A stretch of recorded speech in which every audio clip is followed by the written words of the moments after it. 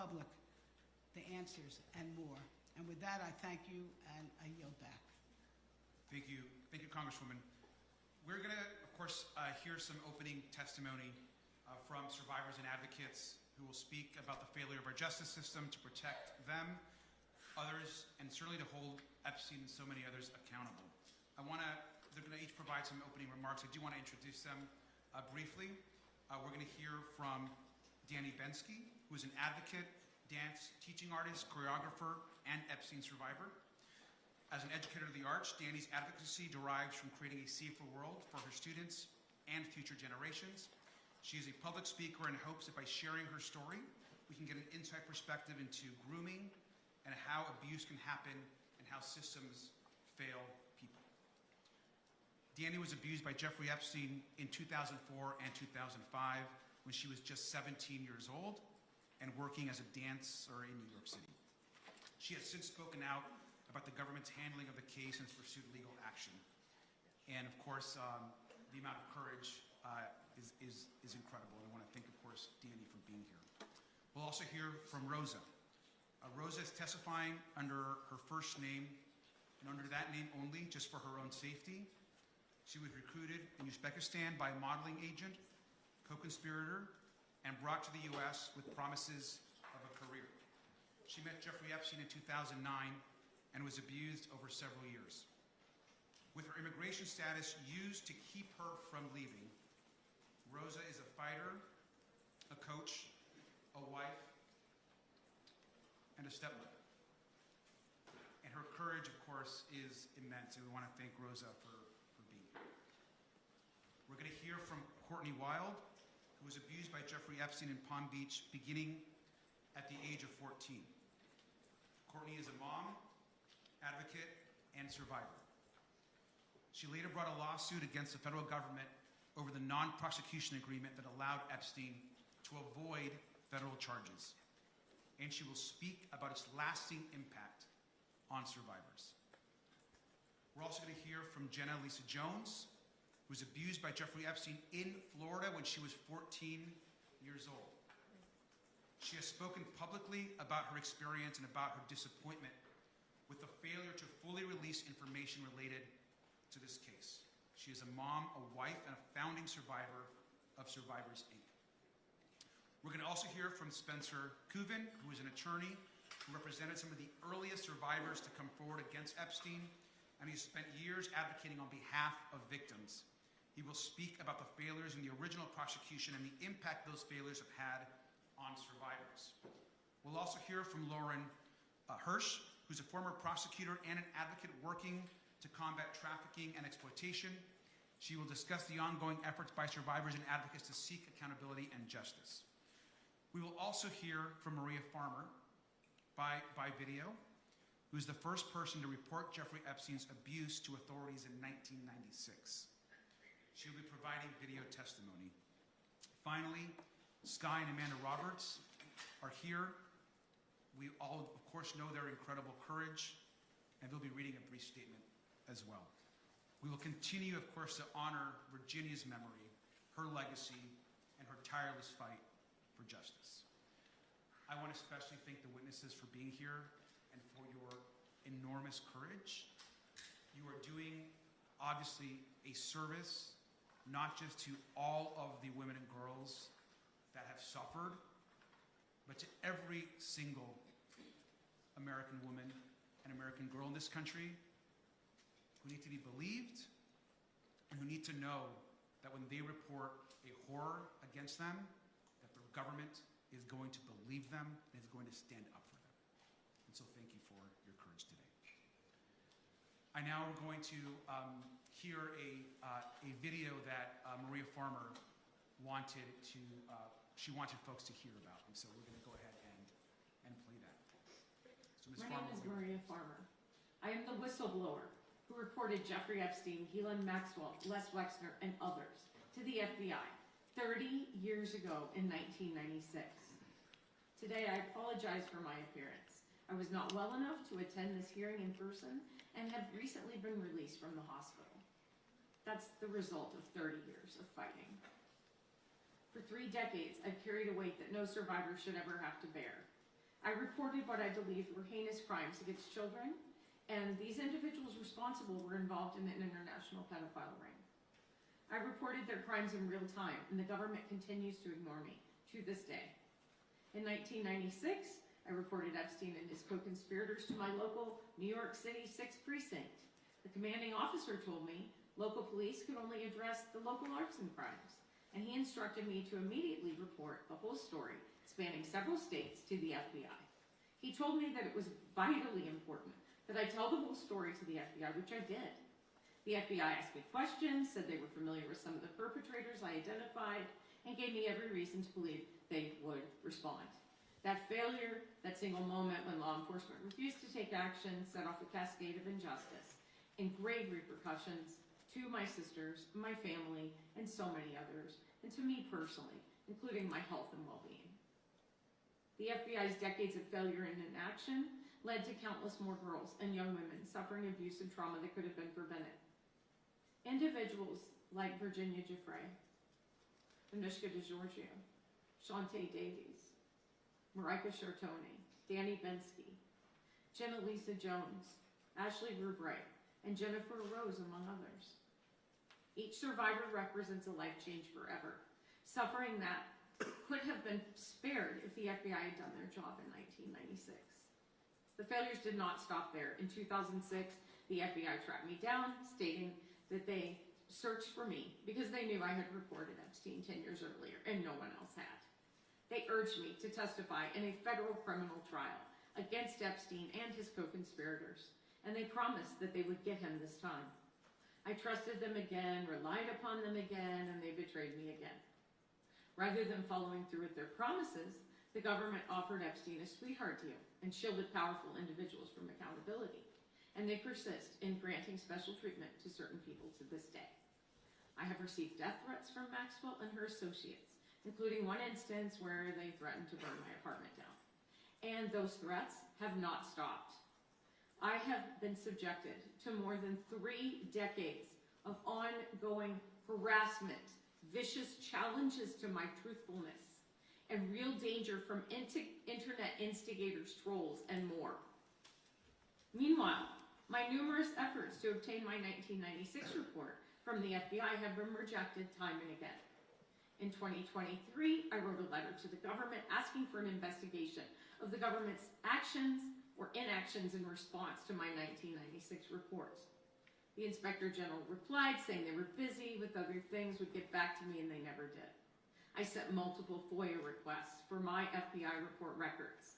In January 2025, in response to my most recent request, the government said that they would get back to me in November of 2027, a delay of 3 years. I finally received a letter saying they looked at my complaint, took some kind of action, and the matter was addressed, but what they did was a secret.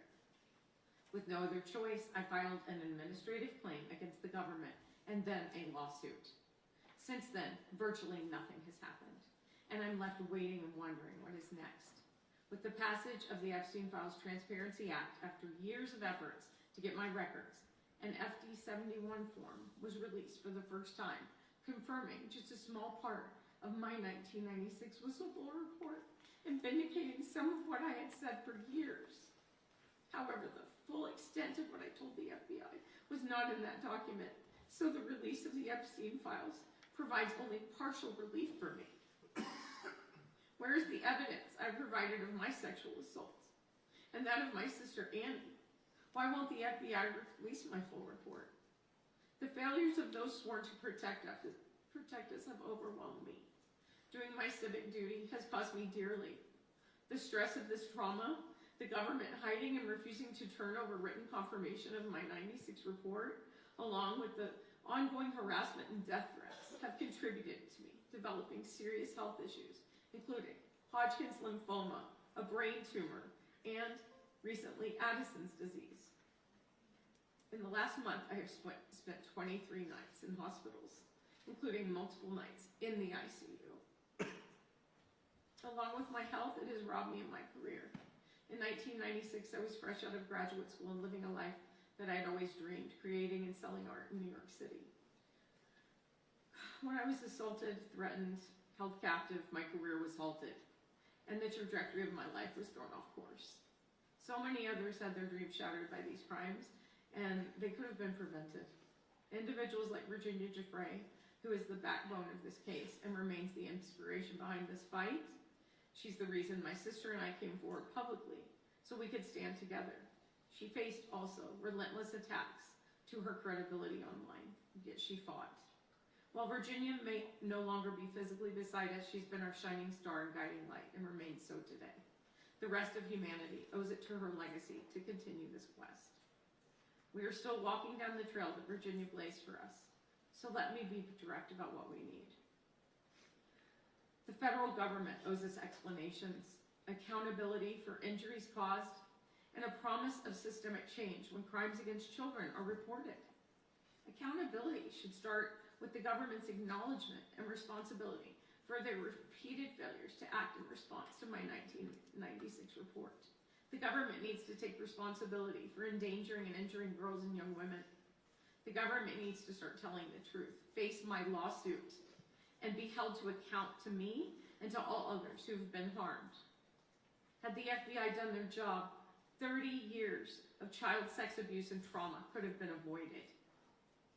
I want my full FBI file, including the 96 and 2006 reports, including my art.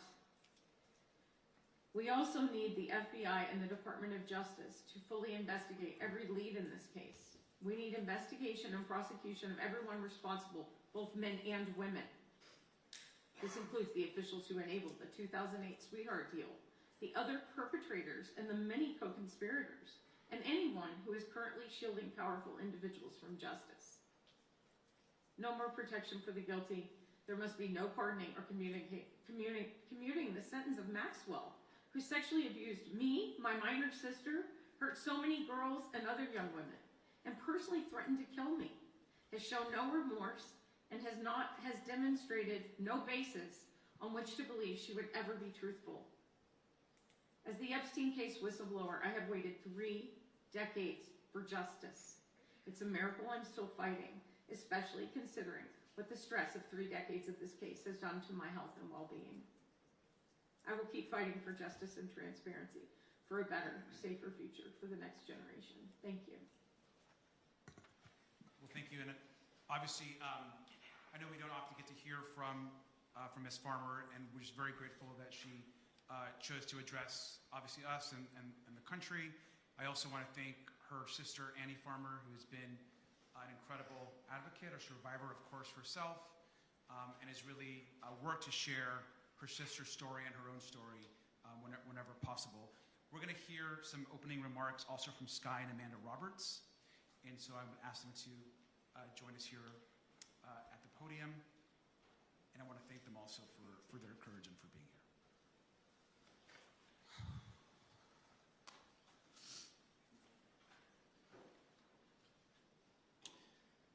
Thank you, Representative Garcia and all members here today. We deeply appreciate the opportunity to be here. Obviously wish Virginia was here to do this herself, but I will do my best to keep it together and to get through this. My name is Sky Roberts, and I am the younger brother of Virginia Roberts Giuffre. I am here today because without Virginia's courage and her story, we would not be having this conversation about accountability.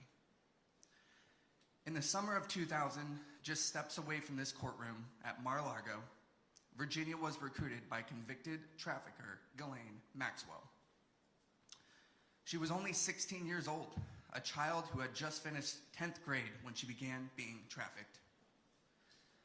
Before her passing, Virginia gave sworn testimony exposing this for what it truly was: a global sex trafficking operation enabled, protected, and funded by powerful people. For years, survivors have been asked the same question: who were the names? The truth is, many survivors stay silent because many of these individuals still hold power, wealth, and influence in our society. Point blank, period. That is dangerous. No survivor should have to risk their own safety just to be believed. But Virginia, she did it anyway. She stood up when others were afraid, told the truth under oath, and face people she knew were powerful. Today, we lean on her courage once again, because she believed accountability should reach everyone involved, no matter their status or influence. If Virginia were here today, she would say these words herself. Since she cannot,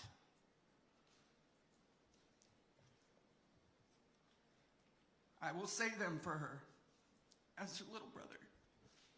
And with that, I'd like to share Virginia's own words from her sworn deposition dated May 3rd, 2016.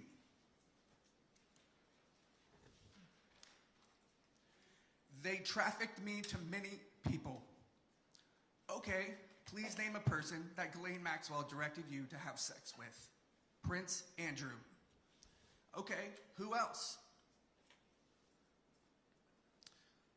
As a whole, they both trafficked me to many people.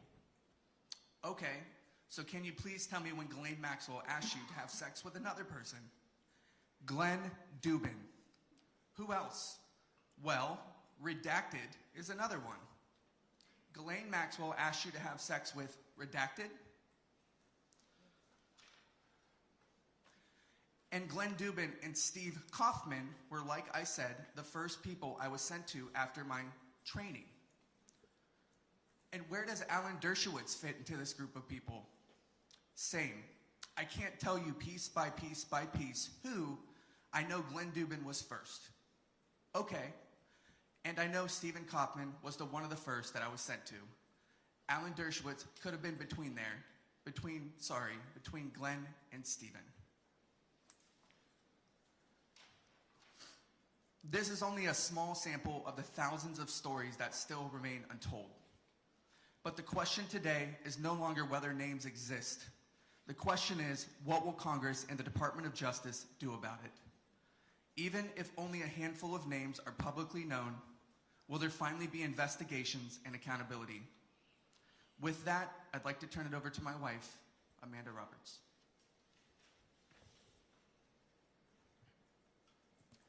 First, I want to thank this committee and Representative Garcia and everyone here who continues to fight with us for accountability, but most importantly, standing with survivors. Virginia's story was harrowing, and as you heard my husband speak, she wasn't afraid to say the names. We are talking about millions of files, sworn testimony, depositions, emails, flight records, bank records, photographs, videos, and evidence collected over decades. Evidence that points to a network, not just to people who trafficked and abused over 1,200 victims, girls, children, women, and boys. Epstein and Maxwell did not act alone, and Palm Beach was the blueprint.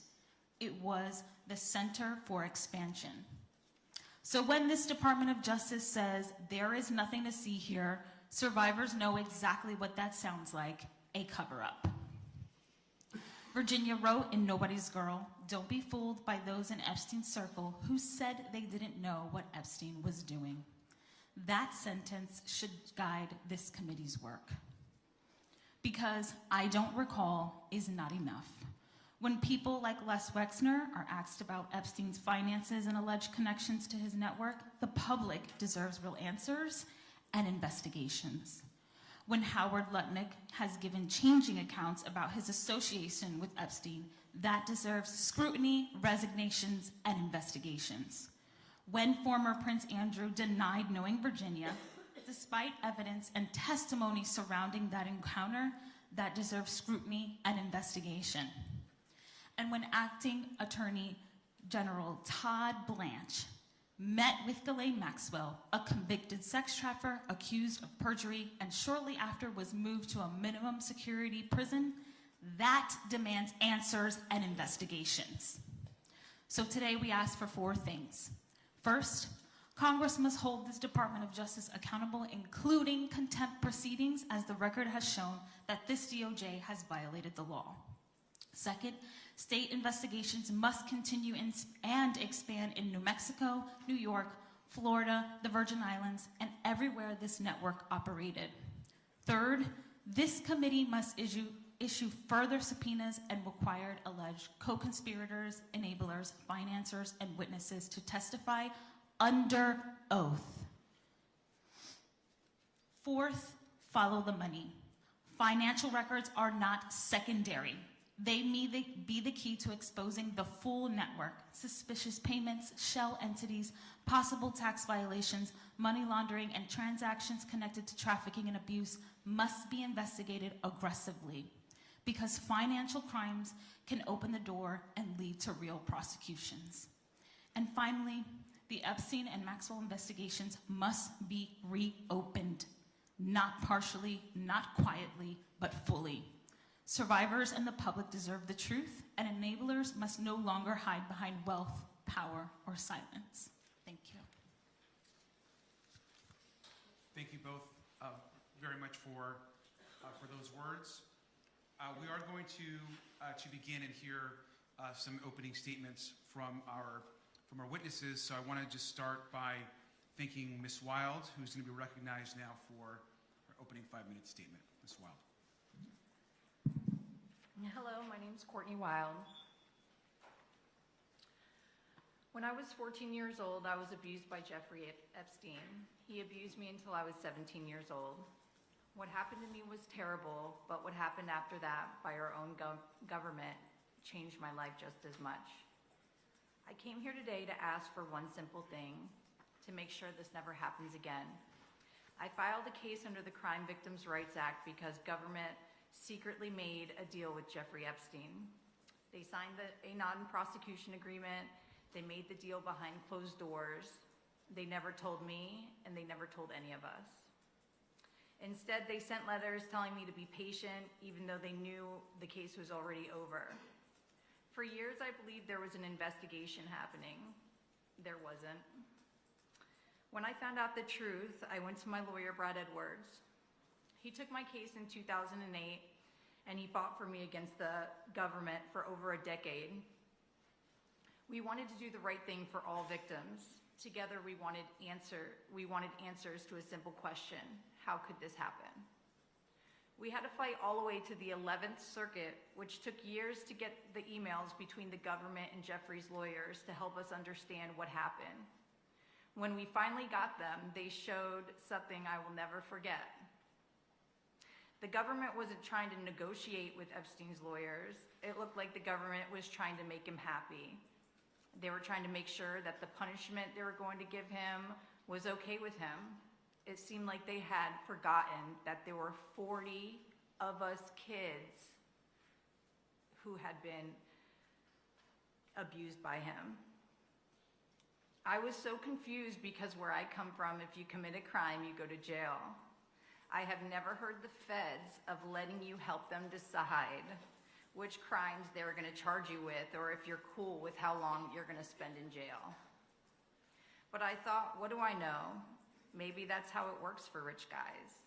That's how it did work for Jeffrey Epstein. Finally, after 10 years of fighting, in 2019, a federal judge finally ruled that my rights and that the rights of other victims were violated by the non-prosecution agreement. But there was nothing that could be done about it. There was no remedy. I just want to say it again. I'm sorry, I have to. The court found that the government violated the law and nothing happened. That means the law, the Crime Victims' Rights Act, 18 U.S.C. 3771, does not matter. And if the law has no consequences, it doesn't protect anybody. I was lucky to have a lawyer willing to fight for me for almost a decade. A lot of victims won't find that, especially in this case where everybody made us feel like we were crazy. So I'm asking you to fix that. Please fix the Crime Victims' Rights Act so it could actually help victims in the future. I have my own ideas, and my lawyers have more ideas, but I really hope that if nothing comes of this, we can finally get the legislation right. There needs to be a clear definition of what it means to meaningfully confer with victims. I'm still not sure what that actually means, but I know it never happened for me. There must be real consequences and penalties in the statute that apply automatically when a court determines that a victim's rights have been violated. The answer after years and years of litigation cannot be nothing happens when you finally win and prove that your rights have been violated. If prosecutors choose to ignore victims, those victims' voices must be put on the record, memorialized, and preserved, especially when a deal is made behind closed doors. There needs to be attorneys' fees provision so victims can find lawyers who will stand up for them. If those changes had existed back then, maybe what had happened to me and so many others would have not happened. My case against the government for violating the rights of at least 40 of us Palm Beach kids was happening from 2008 to 2019. Do you know how many other girls Jeffrey abused in that time period? I bet the FBI knows.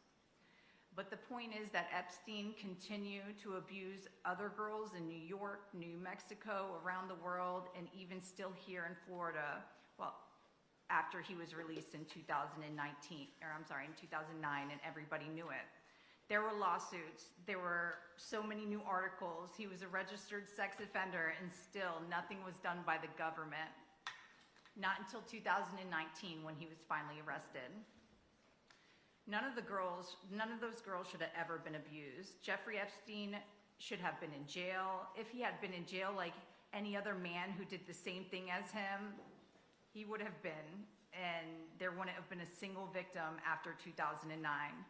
But he wasn't, and he did. He abused so many girls after 2009 at the same exact time that I was asking the government why he got the deal and why they violated my rights. That is the real injustice here. That is the real thing we need to prevent from ever happening again in this country. I was there for his bail hearing in 2019, and I spoke to the judge right in front of him about how dangerous he was. The bail was denied, and for the first time I thought we might finally get justice. A month later, he was dead. Once again, the system failed us.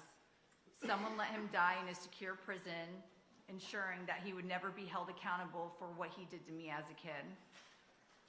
Since then, there have been prosecutions, there have been civil cases, there have been settlements, but none of that changes what was lost, and none of that fixes what was allowed to happen in the first place. We fought for years to get Jeffrey Epstein arrested. We fought to hold people accountable. We did not fight so that this could turn into something political, or so that our rights would be violated once again. I lost years of my life fighting this, and so did many others. We did that so the next victim wouldn't have to. So don't let this work be in vain. Make the Crime Victims' Rights Act matter. Thank you so much. Thank you very much, Ms. Wild. Ms. Jones, you are now recognized for your opening statement. Ranking member and members of Congress, my name is Jenna Lisa Jones. I was 14 years old when I was abused by Jeffrey Epstein in Palm Beach. It has taken me many years to find my voice. For a long time, I stayed silent because I was afraid and because I did not understand why this happened to me. When I finally came forward, I made a commitment to use my voice responsibly. I'm here today to do exactly that. Last September, I went to Washington, D.C. along the other survivors with a simple request: transparency and accountability. We asked you to help us understand how Jeffrey Epstein was given a non-prosecution agreement, even though the government had evidence that he had sexually abused dozens of children, including me. We asked how he was allowed to leave jail in 2009 and continue harming young girls. We asked for answers that would hold our government accountable for its actions. We still do not have those answers. Instead, what we received caused harm all over again, including too many of our survivor sisters who had never come forward before and who never wanted their names or abuse to become public. The Department of Justice released documents that exposed our names, our social security numbers, and deeply personal information. Survivors' identities were made public. Husbands learned about their wives' abuse for the first time. Children learned about the abuse of their mothers from reporters, from strangers on the internet, and in some cases, from other kids at school. Some survivors learned that friends had also been abused only because they saw their names in those documents. Others saw the most intimate details of their own trauma publicly exposed. Our privacy was violated. The government promised us over and over again that our information would be protected and properly redacted. Those promises were broken again. We came to you seeking answers for why our rights were violated in 2007. And in the process of asking for those answers, our rights were violated again. I want to believe that each of you in this room is listening because you truly care, not just about us, but about every child in this country who survived sexual abuse. If Congress and the Department of Justice truly want to do right by the survivors, the path forward is not complicated. Acknowledge the failures. When Jeffrey Epstein was set free in 2009, and again when our privacy was shattered earlier this year, take responsibility and provide meaningful remedies to the women who have been harmed over and over again. Please do not force us to relive this through more litigation. Pass a law requiring the Department of Justice to compensate victims for the harm that they had caused by releasing the names and information. That would show that this is truly about helping victims. Second, with respect to our ongoing investigations, please remember this. Jeffrey Epstein is dead. Ghislaine Maxwell is in prison. Do not pardon Maxwell. If there are other men who hurt women, hold them accountable, but please leave the survivors alone. If you subpoenaed someone to testify before your committees and she tells you she is a victim, listen to her. Believe her. Respect her trauma. Jeffrey tried to paint his victims as bad guys to avoid responsibility for himself. Please learn and understand that. Sharing our stories should be a choice, the choice I was able to make today. It should never be something survivors are forced to do. The girls who were groomed by Ghislaine Maxwell and abused by Jeffrey Epstein should not be treated like criminals. Please learn the stories of the women who have been harmed before you force them to testify in a room full of strangers about the worst moments of their lives. Jeffrey Epstein destroyed so many of our lives, and Ghislaine Maxwell helped him do it. Do not blame their survivors for the crimes of the abusers. That is not how the story should end. Find a way to bring closure to the story of Jeffrey Epstein, to allow survivors and this country to finally begin to move forward so that one day, and I pray soon, Jeffrey Epstein's name is no longer something we are forced to hear every single day. And my last point, I'm not here today only to talk about the past. I am here for the children who are sitting in the classroom today, children who may be vulnerable, confused, and unsure of what is happening to them. When I was a teenager, I did not have the language to understand what was happening to me. I did not know who to tell. I did not know where to go. Many of us didn't. We were young and we were manipulated. We were left without the tools or the support we needed. That is something Congress can change. Every middle school and high school student in this country should receive education on the signs of sexual abuse and exploitation. What it looks like, how to recognize it, and how to safely report it. Schools should have trained adults, accessible resources, so that no child feels as lost or as alone as we did. I have worked with other survivors to start a nonprofit called the Survivors Inc. because not everyone who has been abused has access to strong legal representation, therapy, or support systems. I became a certified life coach. I believe in giving others the support I wish I had. Though the survivors, we are able to provide these services to people who have been abused so they can begin their healing journey too. I'm proud of that work, but individual efforts are not enough. Real change requires leadership at a national level. You have the power to make sure that happens to us does not happen again on this scale.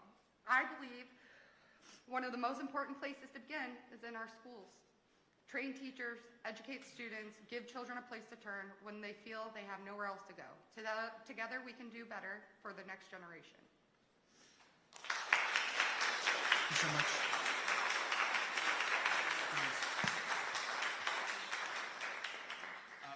Ms. Bensky, you are now recognized for your opening statement. Thank you. Thank you. Hello, my name is Danny Bensky.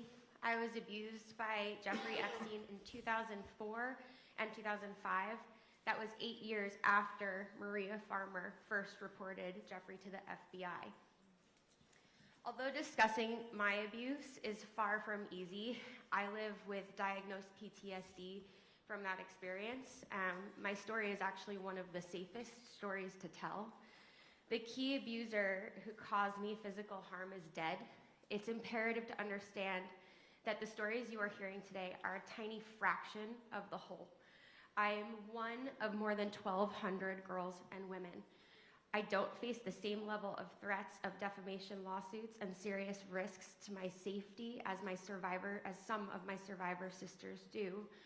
While there are co-conspirators who do need to be held accountable for the parts that they played in the operation of my own abuse, I was trafficked only to Jeffrey, which really, unfortunately, is not the case for so many others.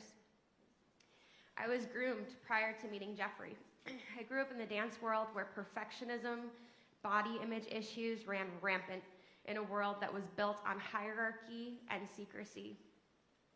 I would have my body criticized, critiqued, and manipulated, not so different from what I initially experienced with Jeffrey. I was trafficked to Jeffrey. I had 2 recruiters. One was a late teen, and the other was only 15 years old, just trying to escape her own abuse. Jeffrey weaponized my aspirations and dreams by speaking the language of dance and making false promises. My mom had been diagnosed with a brain tumor. I had seen the name Epstein listed on a donor wall and believed that his wealth and power had come from the medical profession. I brought him her scans, hoping to understand her diagnosis. Instead of helping her, he used my mother's brain scans over me, giving me an ultimatum. Either recruit more girls or do more for him. I didn't end up recruiting anyone, and instead just endured the abuse. In May of 2005, my mother had a successful operation at Mount Sinai to remove the tumor, and I finally extricated myself from Jeffrey's web. The Epstein case demonstrates that institutional systems have failed survivors time and time again. I was first subpoenaed in 2008 for an interview. I was just 20 years old, and without a victim's rights advocate or a lawyer, I didn't know that I was entitled to those protections. No one told me I was safe, and for many parts of my interview, it felt like an interrogation. Jeffrey had already threatened my friend, and he had told me that I would be charged with prostitution if I ever interacted with law enforcement. He made it clear that he held the cards. The passage of the Epstein Files Transparency Act was a moment in which survivors hoped and believed that we might see some reckoning. But the system, yet again, failed survivors. Before the first document dump by the DOJ, my lawyer teamed up with another law firm representing survivors. Together, they submitted 350 victims' names to the DOJ as names that needed to be redacted prior to the deadline on December 19th. In the first round of documents, I saw my name in 2 places. Then in the January dump, there were more, and the redactions were far, far worse. These files displayed my name, my phone number, my old address, where I worked at the time, where I was studying, and other identifying information. What's important to understand is that these documents weren't just somehow overlooked and not redacted at all. On one document, my nickname, Danny, redacted, while Danielle Hannah Bensky is left completely unredacted. I am just one of the hundreds of survivors exposed like this. A few weeks ago, a legal analyst reached out to share that yet again, my name appeared in a third batch of only 20 documents. After my lawyer continued to contact the DOJ on multiple occasions for protection, my name and information remained attached. These documents hold disturbing and yet incomplete accounts of my abuse, and they were viewable not only by the entire world, but my child, my students' parents, my friends, my employers, my colleagues, my family. I am public. However, in my FBI 302, a Jane Doe who has never ever wanted to be revealed was exposed. This outing of survivor names does real irrevocable damage. The passage of the Epstein Files Transparency Act was meant to be a moment when survivors could regain their power and finally obtain the truth. It was a time for our institutions created to protect the American people to, for once, stand on the side of survivors. As survivors, we have said time and time again, this is not political. This requires coming together and prioritizing coming together, not political showmanship. I'm always asked, what does accountability look like? Accountability means removing perpetrators from power, seeing arrests be made, and legislators pass laws like protecting victims' rights, like Virginia's law, which would remove the statute of limitations for victims' civil claims against their abusers. Our entrenched systemic failures have allowed powerful people like Jeffrey to thrive. When institutions prioritize protecting the powerful and their enablers over protecting victims, abuse becomes normalized. If we continue down this path, the question isn't whether abuse will happen again, but who will be the next Jeffrey Epstein. This moment is critical. It is time to reform our system to protect our survivors, not the perpetrators, and to ensure the truth can come to light. Thank you.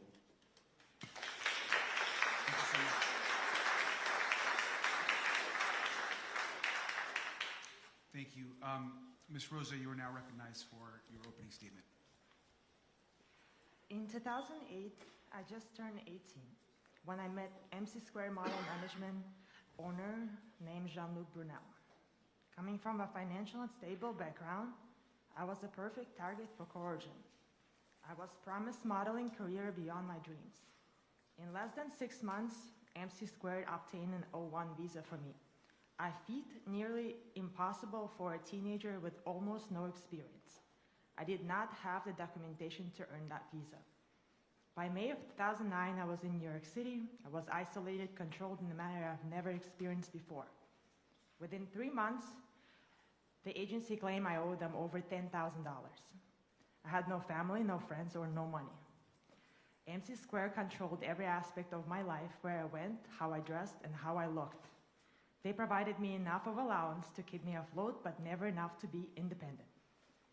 Less than a month after I arrived to the United States, my agency sent me to a home of a registered sex offender. I was introduced to his girlfriend under the disguise that she was a photographer who helped me build my portfolio. Now I know that Jeffrey Epstein was supposed to be in jail cell in June of 2008. I met him at his house right here in West Palm Beach. He was not in a jail. Jean-Luc Brunel brought me to West Palm Beach to have dinner with Epstein in July.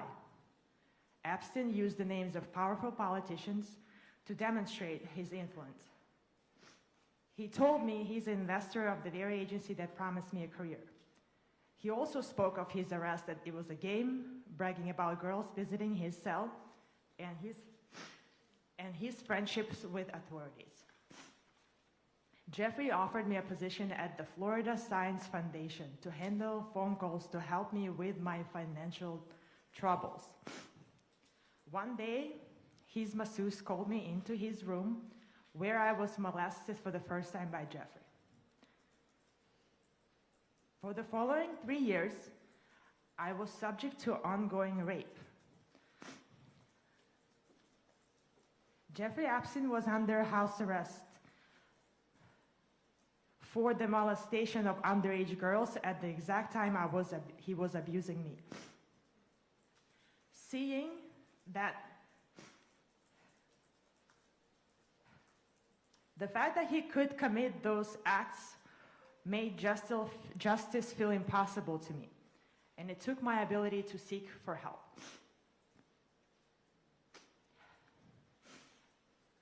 I was summoned to his residence right here in West Palm Beach. My agency relocated me to Miami to keep me closer, and only after he was released from the house arrest, I was allowed to go back to New York City, where my nightmares continued. Those years of abuse turned into a decade of fear that I still carry today. I eventually found the courage to reach out for help. I stepped forward along other survivors, hoping those who allowed this to happen will be held accountable. I kept my identity protected as Jane Doe. I woke up one day with my name mentioned over 500 times.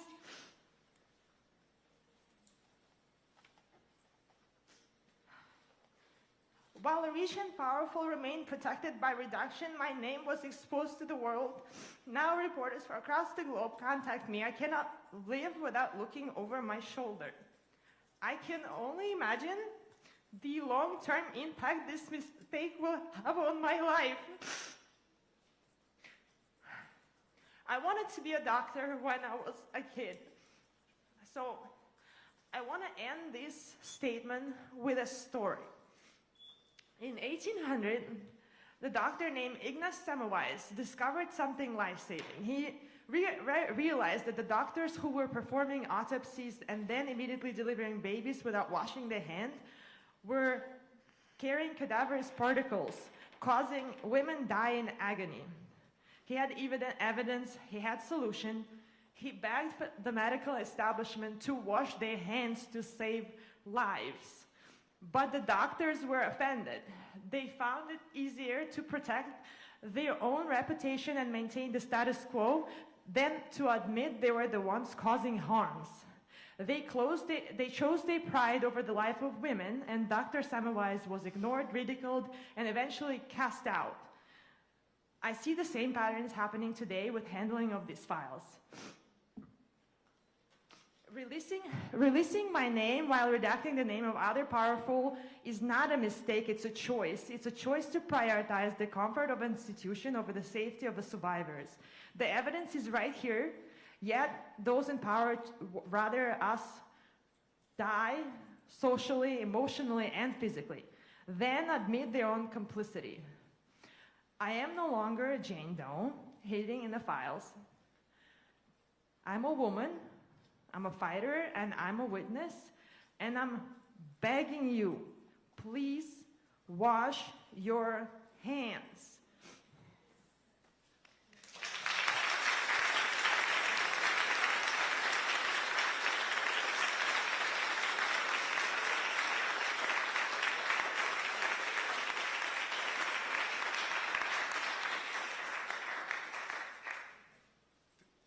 Thank you, Ms. Rosa. Obviously, I think one of the true horrors of this investigation has been the way so many survivors continue to be traumatized, and I think this is one just really horrific example of how, even through the Transparency Act, so much horror and re-traumatization continues to happen. So thank you for the testimony. Mr. Kuvin, I'm going to recognize you for your opening statement. Thank you.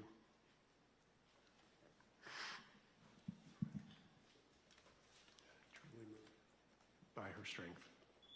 Ranking members of Congress. My name is Spencer Kuvin. I have represented numerous survivors of sexual exploitation and trafficking over the years, including the first victim to come forward in the Epstein investigation here in Palm Beach. I'm here today because what happened during the prosecution of Jeffrey Epstein was not simply a failure of judgment. It was a systemic failure of justice. In Palm Beach County, credible evidence of widespread sexual abuse involving minors was presented to state prosecutors, including my client. Law enforcement initially identified dozens of victims. The conduct was organized, repeated, and devastating. Yet instead of a prosecution that matched the scale of the harm, what followed was a secret agreement, as we know, that minimized the abuse and insulted the children that had been abused. Despite the efforts of some of the federal agents at the time, the U.S. Attorney's Office in the Southern District decided to have these secret meetings with Epstein's attorneys. The U.S. Department of Justice, in conjunction with the Palm Beach County State Attorney's Office at the time, colluded in secret to quietly shelve this case with minimal state charges that branded a 15 and 16-year-old child victim as prostitutes. They gave a sweetheart deal to Jeffrey Epstein and 4 named as well as unnamed co-conspirators. The Southern District U.S. Attorney at the time, Alex Acosta, spearheaded what every attorney advocate saw as the worst non-prosecution agreement ever executed by a U.S. attorney. This sent a message. It told victims that even when the evidence is strong, accountability is negotiable if you are rich and powerful. This awful non-prosecution agreement completely shut down further federal charges for the events they were investigating here in Florida. As I mentioned, that tragic deal was negotiated and signed in secret. Not only was it kept secret from the world, it was kept secret from me. Calls were made repeatedly to the U.S. attorneys investigating this at the time by myself, an advocate for multiple victims at the time, and of course it was kept secret from those victims. I was forced to file motions with the court to compel its ultimate disclosure, even after it had been executed. And finally, after obtaining court orders, they turned it over to us. A full year after it had been signed. The victims were not consulted. Their advocates, like me, were not consulted. Victims were never given an opportunity to be heard.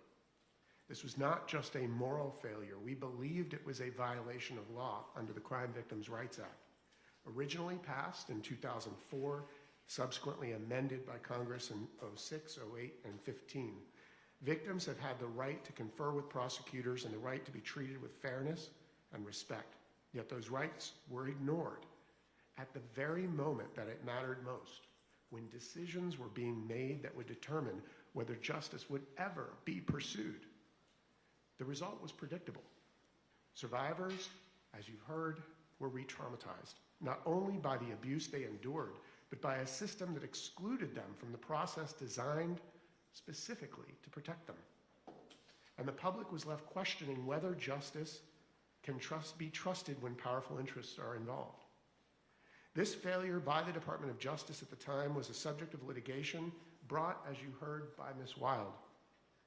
That case ultimately exposed a gap in the law, one that must be closed by you. Today, I want to offer that clear path forward. First, Congress should amend the Crime Victims' Rights Act to make it explicit that victims must be notified and given a meaningful opportunity to confer before any non-prosecution agreement or deferred prosecution agreement is finalized.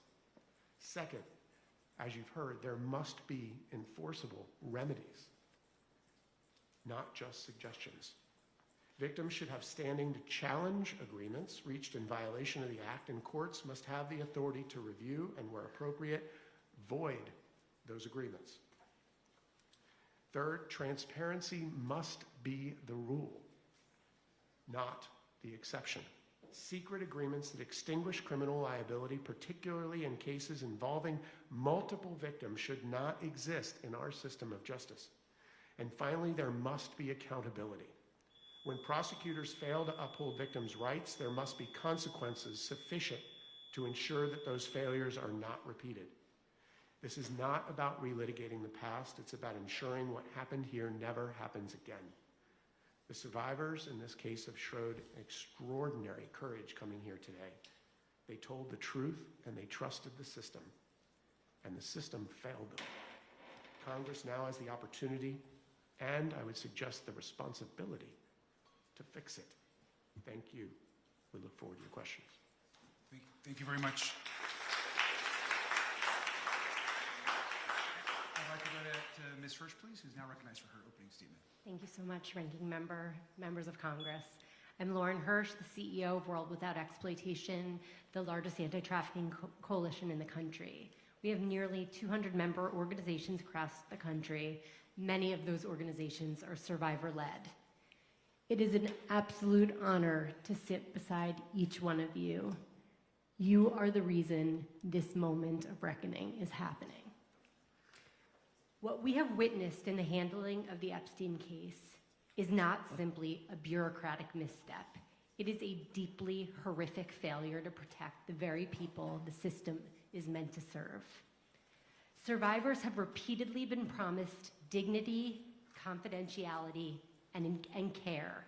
And instead, we have seen a systemic breakdown in their protection at nearly every step of the way. We have watched those with power and privilege manipulate the system, shielding themselves from accountability, while survivors have suffered in silence. Every one of these failures sends a devastating message, not only to Epstein survivors, but to survivors everywhere, that accountability is optional for the powerful. Survivors have had enough, and frankly, the American public has had enough of this too. We are now in a moment of reckoning that requires a thorough examination of all of the things that have gone horribly wrong, but it also requires a serious course correction. Survivors have been repeatedly harmed, first by Epstein and his associates, and then by law enforcement who refused to bring adequate cases, who didn't notify victims when secret sweetheart deals were made, who allowed abuse to continue even after pleas were entered in, and then they were again abused by the DOJ. When the federal government fails to provide protection under the Crime Victims' Rights Act, survivors cannot be left without remedy. We need a legislative fix immediately to provide compensation and recourse for violations of the Crime Victims' Rights Act, and this is urgent. I think everyone in the room has heard the survivors and understands the profound harm caused by the DOJ in releasing hundreds of names of survivors and their personal information in the aftermath of the Epstein Files Transparency Act. So I'll keep this part brief. As a former prosecutor, I understand that mistakes happen. We're human. But when hundreds of names are released repeatedly, including nude photos of a survivor, this can no longer be dismissed as human error. Something has gone horribly wrong inside the DOJ, and the American public deserves clear answers about how this failure has occurred. This requires a recorded deposition of Pam Bondi on May 29th, not a transcribed interview.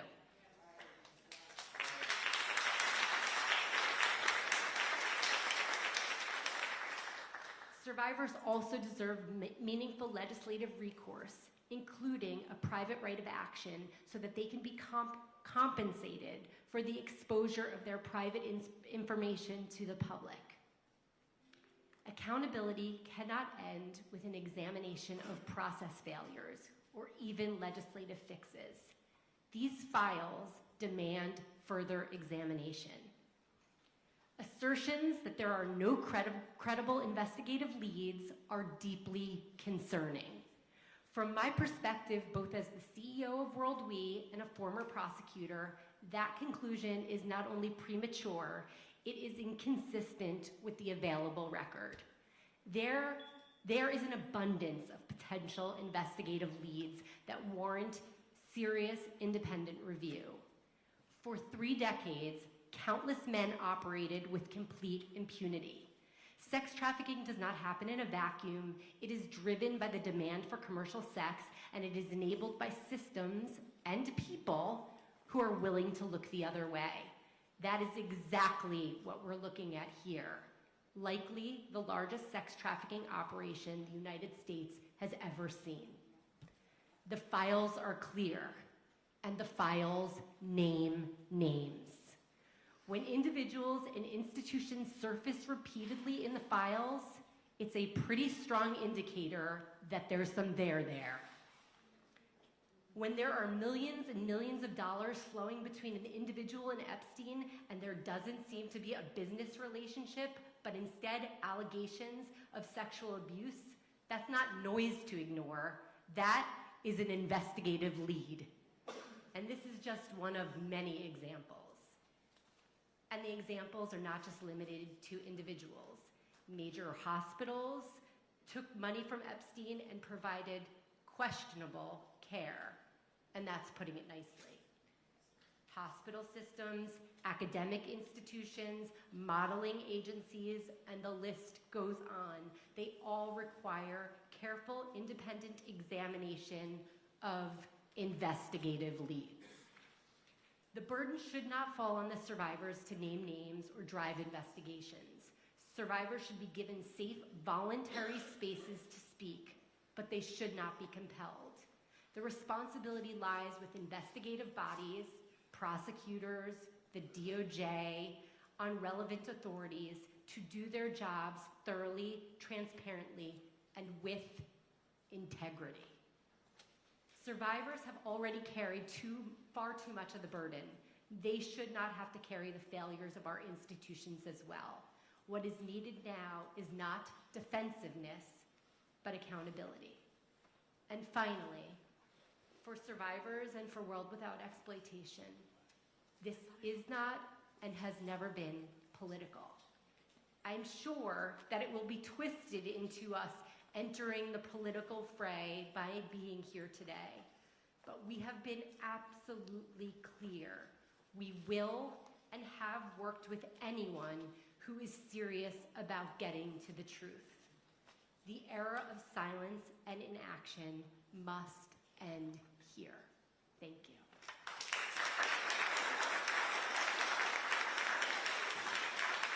Thank you. Obviously, just thank you to all of our witnesses for those opening statements. We're going to be moving on to questions and some comments from the members of this committee. I do want to uplift and recognize particularly the survivors and your courage again and how we got to this moment. I want to start just by, again, just commenting that we're here because of the horrific crimes of Jeffrey Epstein, Ghislaine Maxwell, and numerous others, and the failure caused by our own government. And I want to, in my line of questioning, I just want to hone down on one thing which I think is really important. Last July, the administration's FBI and DOJ released a 2-page document saying, and I quote, "We did not uncover evidence that could predicate an investigation against uncharged third parties." In other words, the current administration, through its DOJ, believed that this investigation was over, that no one else could be investigated for perhaps the worst sex trafficking ring in American history, that no other person could be held accountable, or there could be further convictions of the horrors made and against 1,200 women and girls. Now we here and some of our colleagues on the Republican side of the aisle have worked together to file motions, to file laws, and to push this investigation forward. And I want to be very clear. The DOJ, this administration, the President and the Attorney General made it clear that this investigation, in their opinion, was a hoax, was a lie, and there was nothing else to do to move forward.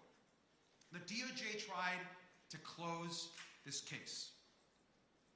Through our investigation, we have learned that many of the witnesses that we have been going through deposition, through transcribed interviews, were never questioned by law enforcement.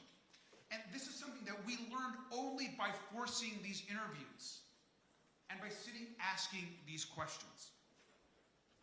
How could Les Wexner have never been interviewed by our own government, who was the source of most of Jeffrey Epstein's wealth and was never questioned? How can some of the folks on this document the FBI had in their possession not ever have been questioned by our own government or law enforcement? How could Darren Indyke and Richard Kahn, who you can see in this chart and were essentially the brain trust of Jeffrey Epstein's organization, how could they never have been questioned? That is not a mistake. That is a cover-up. And what I think we want to make very clear is this is not just about the mistakes and the ongoing harm of the Trump administration. This has been harm posed by numerous administrations led by both Republicans and Democrats. And when folks come and ask, well, why wasn't the former administration, Attorney General Garlick, more engaged on this issue? I ask the same question.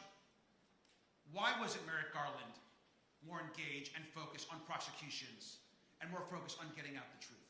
This is not just about partisan politics. This is a continued pattern of abuse and not seeking justice. But we're here now, at this moment in this Congress, with this administration, and this cover-up must end. I want to briefly ask the survivors, if you believe that this investigation should continue, if your government should continue this investigation. Ms. Bensky. Yes. Rosa. Absolutely yes. Ms. Wild. Yes. Ms. Jones. Yes. Thank you. And we agree. It's unacceptable that folks have been not questioned, that there haven't been criminal prosecutions, and that our own former Attorney General continues to be engaged in this cover-up. They want to end this investigation. But what we are saying today is we need to come together with our bipartisan allies on the other side, and especially some Republican women who have stood and continue to push for truth and justice. We welcome their support in this investigation. At a hearing back in March, former Attorney General Bondi told one of my colleagues, quote, "I'm stunned that you want to continue talking about Epstein."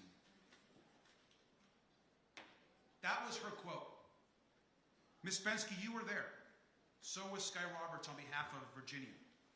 Attorney General Bondi didn't spend 1 minute talking to you, but instead wanted to end the Epstein investigation. Today we're here to tell the former Attorney General that we are demanding that she come in for her date with the subpoena, that she testify under oath, and that it's videotaped and released to the American public, and the survivors deserve nothing less.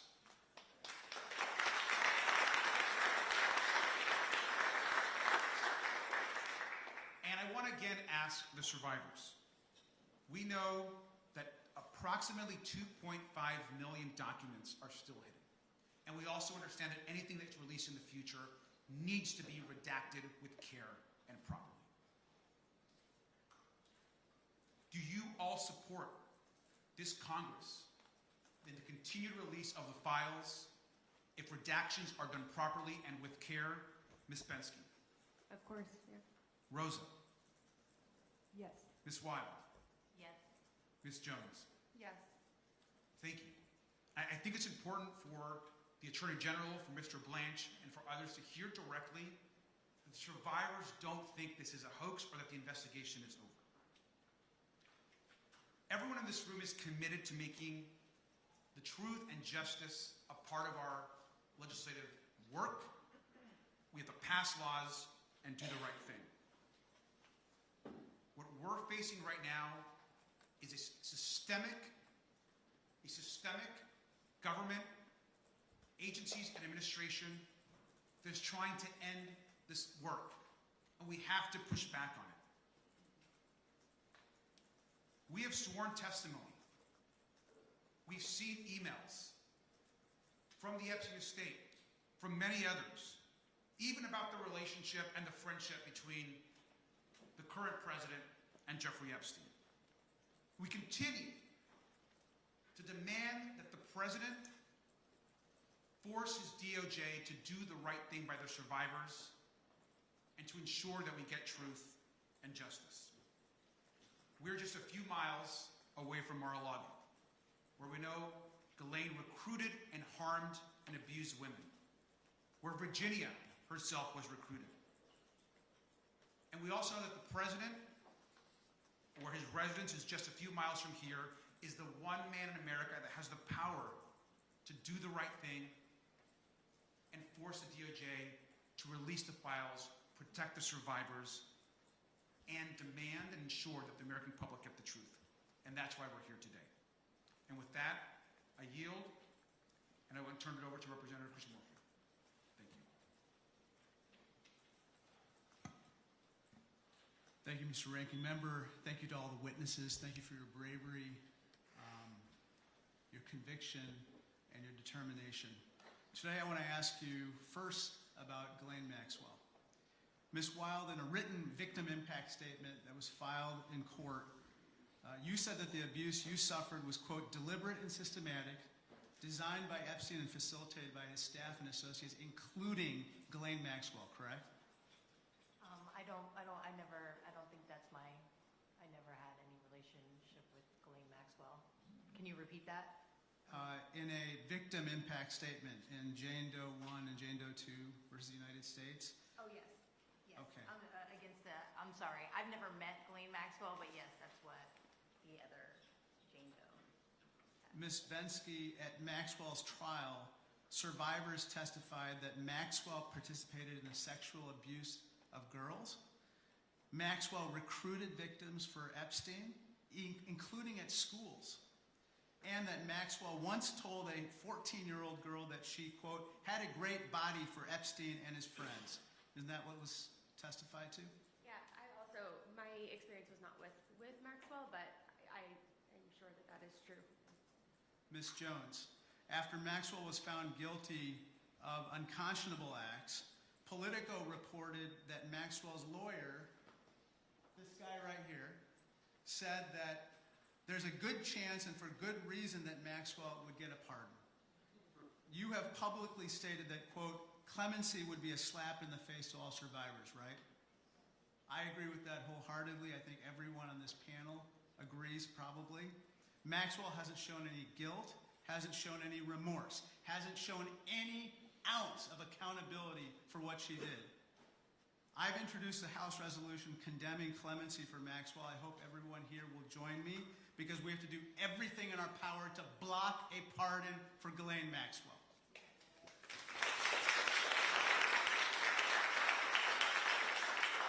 Ms. Hirsh, I want to turn to another topic, following the money.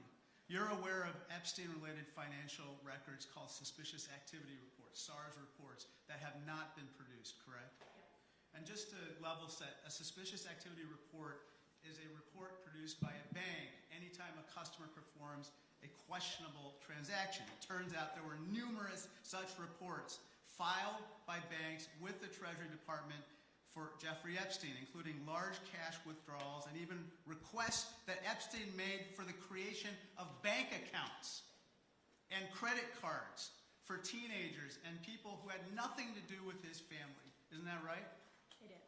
The Senate Finance Committee has found Epstein made wire transfers that are detailed in these suspicious activity reports, SARS reports, to the tune of $1.5 billion with a B, and include the names of women and girls he may have trafficked, as well as the names of his potential clients.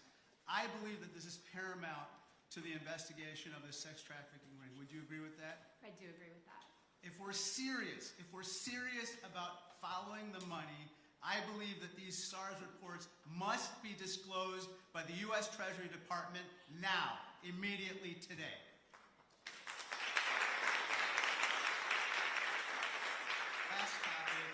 Last topic, Ms. Hirsh. Can you give me this? These 1, 2, 3, 4, 5, 6 people, they must be disclosed today. What do you think about that?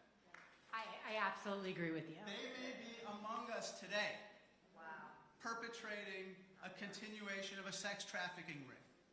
Now, Mr. Kuvin, DOJ has not released all of the raw interviews and transcripts from the more than 40 victims of the DOJ's that were investigated in the DOJ's 2008 investigation, right? Correct. And DOJ has not released all of the video footage collected at Epstein's properties, correct? Absolutely. Not only that, I've actually walked through the home of Jeffrey Epstein after the incidents occurred and saw where the video cameras were located and no longer existed. Epstein tried to maintain his power over those he abused by taking away their chance at justice. We cannot let that happen. Donald Trump, I'm calling on you to listen to survivors. Release all of the documents.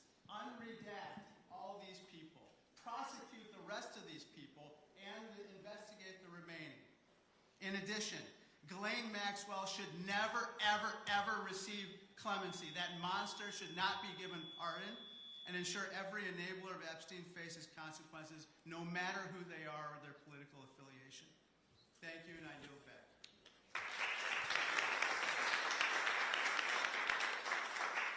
Thank you. Now we'll have Representative Stansbury.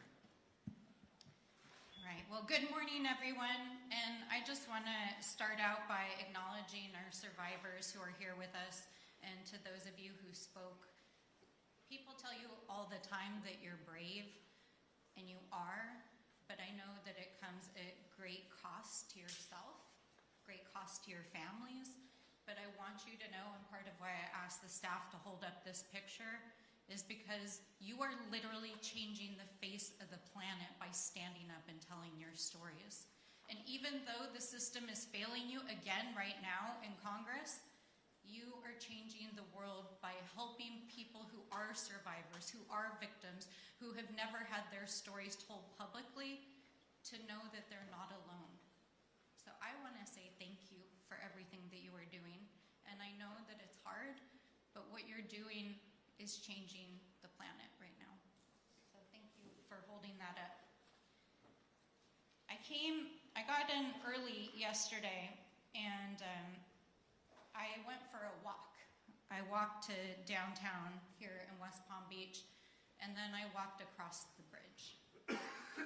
I think like millions of people across the country, I've seen, of course, the documentary that documents what happened here in West Palm Beach.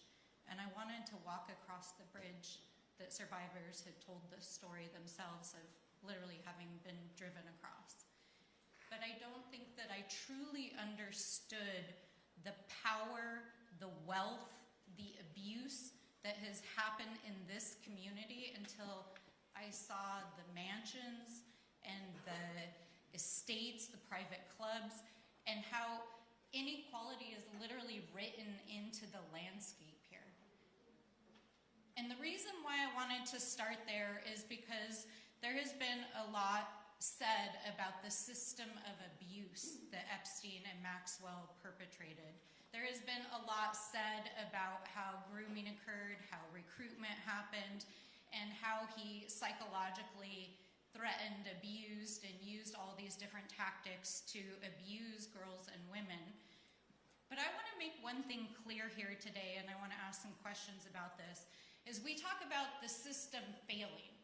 The system didn't fail. The system was designed to protect the wealthy. The system was rigged from the beginning when those mansions were built. The system was built on inequality. The system was built on exploiting people. It's written into the landscape here in West Palm Beach. It's written into the landscape in New Mexico, where Jeffrey Epstein went to Santa Fe with his rich friends and recruited girls that he exploited and then trafficked to other rich friends that he flew to New Mexico. This wasn't failure, this was a system. It was a system of exploitation, it was a system of abuse, and it was a system of power. And that's one of the things that I want to really dive into here with my short time today. Because the officials, the federal, the state, the local, the attorney generals, didn't just fail to investigate these cases, they chose not to investigate them. They chose to take bribes and kickbacks and campaign donations. The police department here in West Palm Beach chose to take a donation from Jeffrey Epstein. The police and sheriffs and others in other cities and states chose to take donations. And right now, while this is not a partisan issue, this administration is choosing to not investigate the crimes that are in these files. This administration is choosing to release the names of survivors and not perpetrators. This administration is choosing to not investigate or indict a single man who committed rape of a child or woman that is in the files. And this administration is choosing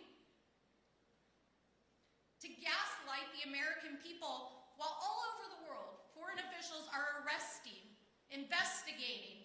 A prince has been taken down, and here in the United States, our Department of Justice, which is sitting on millions of files, is refusing to act. That is not a failure, that is a choice. That is a system built on wealth, inequality, and exploitation of women, of girls, of children, and a system built to protect the powerful. That is a system. And it is a system that Jeffrey Epstein developed here in West Palm Beach, and then it is a system that he exported to places like the Virgin Islands, to New Mexico, and to all of the places that he operated. And so I want us to think about, as we're moving forward with this investigation, we can investigate all the hundreds or even thousands of micro decisions that were made by local police, by sheriffs, by state police, by the Department of Justice, by AGs who chose to turn a blind eye and not prosecute these crimes. But the only way we are actually going to get justice in this case is by changing the system itself. And that's exactly what you guys are doing. And it's powerful. You're literally taking on the entire world right now and a system of wealth and inequality. So I want to ask the survivors, because I feel like you get asked all the time to retell your stories, and I've read your stories. Anyone can go in the files and read your stories, but I want to hear from you what justice would look like in this case. So maybe starting here on the end. It's always a sore subject, because I'm just like, at this point, honestly, I don't think justice will ever be served in this case. And that's just my experience of the past 20 years that I've dealt with it. If I were really optimistic, and it did, I think it would be, for one, the Crime Victims' Rights Act. We have to fix that law. Also, education in the school systems. Maybe like with the sex ed, or just there has to be more education on what grooming is, on what sex trafficking is. It's not, I think a lot of people have a picture in their head that is just not reality. And for me, being that this happened in Palm Beach County, I think there needs to be like a building, and I think that the first 72 hours that a survivor tells their story and comes forward and says, okay, I'm ready to tell this, and it's such a crucial time. I think there needs to be something dedicated in Palm Beach County to all of our childhoods that were lost and taken. When we came forward and we told our stories, man, I was treated like a criminal by the federal government. And I just think think, I guess justice would be change.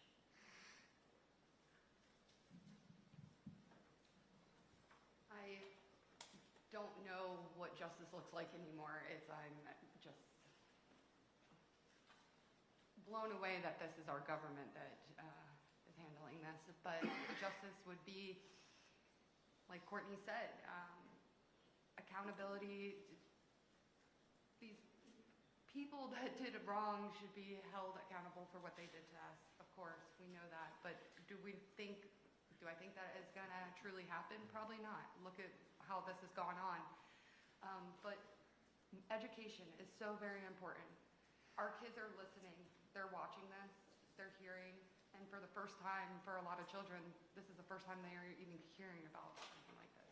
And so education is important. If we can't take these bad guys off the streets, let's teach our kids how to protect themselves in this. And so I hope the government gets it together. Maybe get some justice. I think justice starts with passing Virginia's law.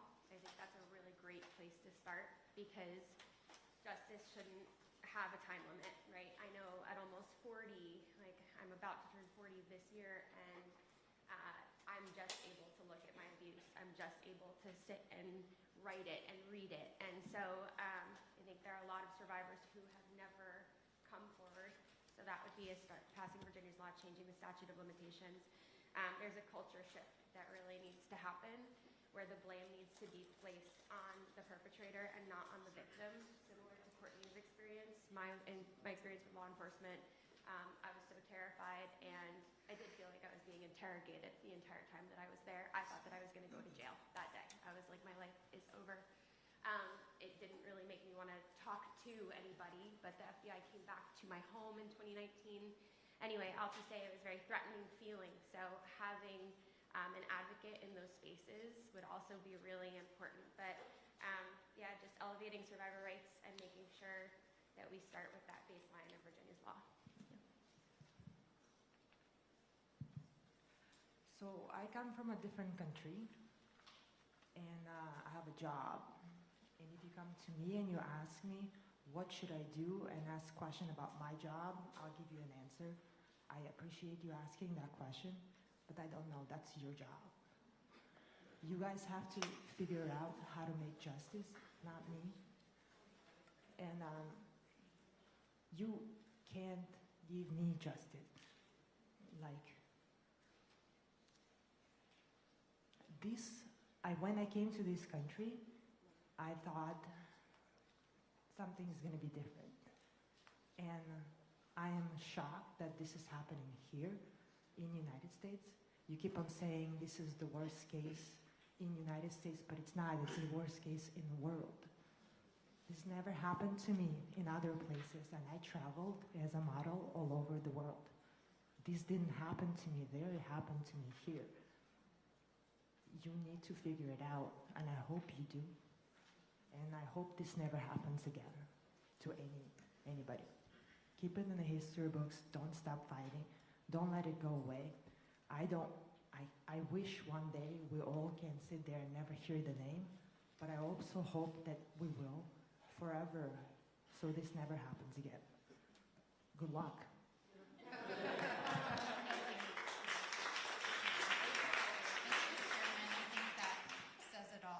Our job. So, thank you. Thank you so much. Representative Frost. Thank you so much. I want to talk about something very specific. As we know, Jeffrey Epstein trafficked and abused women and girls, not just in Florida and New York, but internationally, across the globe. This case shines a light on the truth of sex trafficking, and it informs us as members of Congress of the changes and the reforms we need to pursue in many different areas that sometimes seem different but are all connected. I want to first thank you all for coming here today, especially the survivors, and sharing your stories. In many instances, we have seen that traffickers and sexual predators control employment opportunities for the people that they abuse. This happens everywhere, from working communities to the wealthiest and the most powerful pockets of society. Right here, this is from documents produced to the committee. It appears to show copies of passports in Epstein's possession belonging to young women.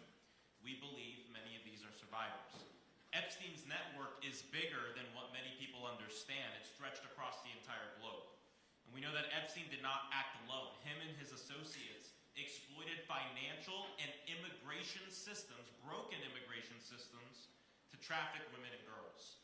Epstein helped women enroll in English language schools, facilitated their admission into American universities to help them get visas, and helped them secure jobs, all as a premise for getting the women into the United States. We questioned Epstein's lawyer about this and his accountant about the sham marriages which they helped arrange for immigration purposes. And many of these women, sadly, became survivors of Epstein's abuse.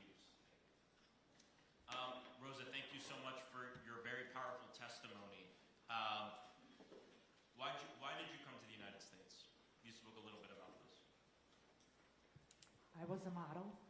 I came here thinking that my modeling career is going to be continued here. I traveled before United States and I was very successful. When I was able to escape the ring of Jeffrey Epstein, I was a successful model afterwards. But only after. During it, I couldn't. So you came for opportunity? Yes. And we told you, right? We told the entire world, we've told the entire world, come to the United States for opportunity. This is a land of opportunity where you can be anyone, where you can do anything, right? Yes. New York City was a top of a list for any model traveling and getting a contract. Rosa, can you help us understand how Epstein, Brunel, and their associates used the promises of modeling jobs to recruit you and other women?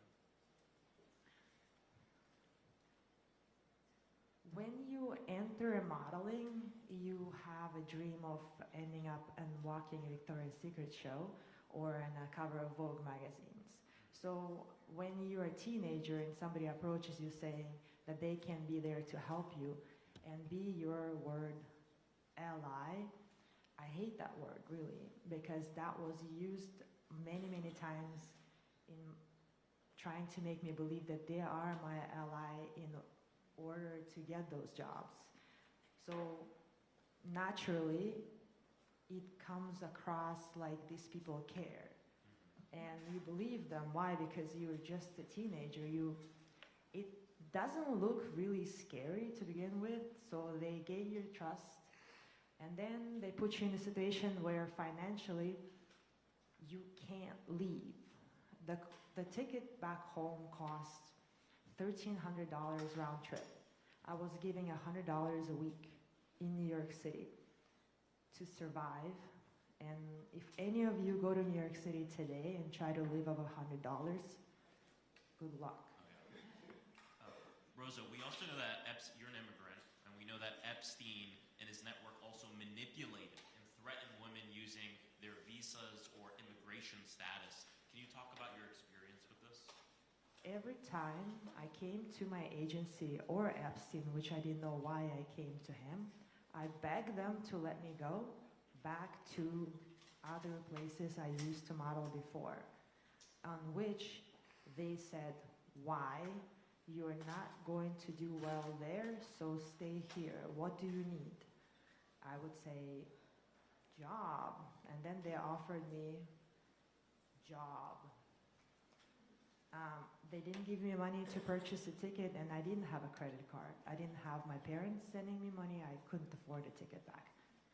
So they used my dreams against me, saying that it's just a time and everything's going to be okay. And if I trust them, all my dreams are going to come true. We know that he weaponized people's immigration status, right? The fact that they were immigrants against them, to manipulate them, to force them into his horrible crimes and the horrible things he did to them. There are so many changes that need to come from this investigation.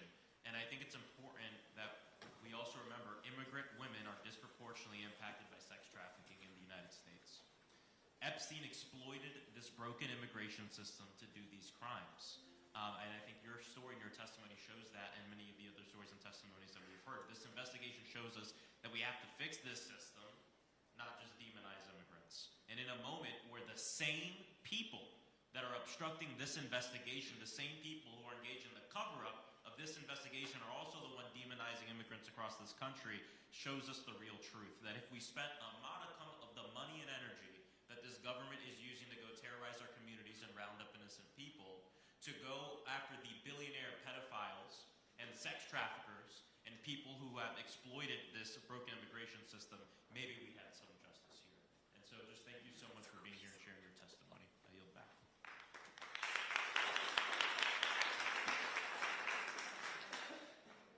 And now I'll recognize Ms. Lee from Pennsylvania. Thank you, Ranking Member. I want to start, like many, by just grounding us in the people who have too often been ignored. Survivors like Danny Bensky, who was just 17 when she was lured to work for Jeffrey Epstein with false promises and then threatened with her mother's illness. Rosa, who was trafficked across borders and abused for years. Courtney Wild, who not only survived abuse, but then had to lead a legal fight for recognition by a Department of Justice that was supposed to protect her. And Jenna Lisa Jones, who has sounded the alarm that a paltry release of DOJ files hints at a possible, probable cover-up. I just want to thank you all for being here, for continuing to show up, for your continued courage and your commitment to justice. We recognize that you are unfortunately four of very, very many more survivors, and I hope you know that your presence today means to survivors across this country how important it is to them. For decades, survivors have worked in good faith with law enforcement to try to expose Epstein and his co-conspirators, only to have their interests and their needs ignored. From a bogus non-prosecution agreement way back in 2008, to the inexcusable release of personal identifying information from Pam Bondi and Todd Blanche's DOJ. The DOJ seems perfectly capable of concealing the names of these rich and these powerful folks in the files that have been released, but they did not give that same level of care to the actual survivors. And here in Florida, Alex Acosta spent more time cutting the deal with Kenneth Starr, Alan Dershowitz, and other well-connected lawyers working for Epstein and with Epstein than he did actually listening to survivors. This sweetheart deal enabled Epstein to continue abusing survivors while he was out on work release, as we've heard. The DOJ has failed to indict any other perpetrator of sex trafficking beyond Epstein and Maxwell, despite all the complaints and the reports that other individuals were implicated and involved, including from survivors themselves who have named these people. They seem to have no plans to do so. So Todd Blanche stating that the Epstein files, quote, should not be a part of anything going forward, unquote, is where we need to spend a little time. This is a glaring proof of a two-tier system of justice in this country. Mr. Kuvin, this saga began with a failure at the state level when prosecutors declined to fully pursue justice against Jeffrey Epstein, right? Correct. You represented one of the first survivors in Florida. We saw a non-prosecution agreement that shielded Epstein and protected his associates. Can you explain why that agreement was so unusual and how harmful it was? So first of all, as I said before, it was unusual because ordinarily the U.S. Attorney's Office would consult with counsel for the victims and talk about the potential charges that they're going to bring, and they never did that. They kept it secret. They would not answer phone calls. When I was able to get through to the U.S. Attorney at the time, who was Maria Villafana, she said, I can't talk to you. Second, it was so unusual because it not only gave immunity to Jeffrey Epstein, who was the target of their investigation, but it gave immunity to co-conspirators without prosecution of those co-conspirators, or even a hint of prosecution of 4 specifically named co-conspirators. Lastly, the most unusual part of that deal was that they added the phrase unnamed co-conspirators. I have never, in 30 years doing this, ever seen a non-prosecution agreement so broad as to say that they're giving immunity to unnamed individuals. It was a gift. Ms. Wild, really quickly, can you tell us more about those emails between Epstein's lawyers and the prosecutors and what made them seem different from what you would think a typical plea negotiation would look like? Yes, ma'am.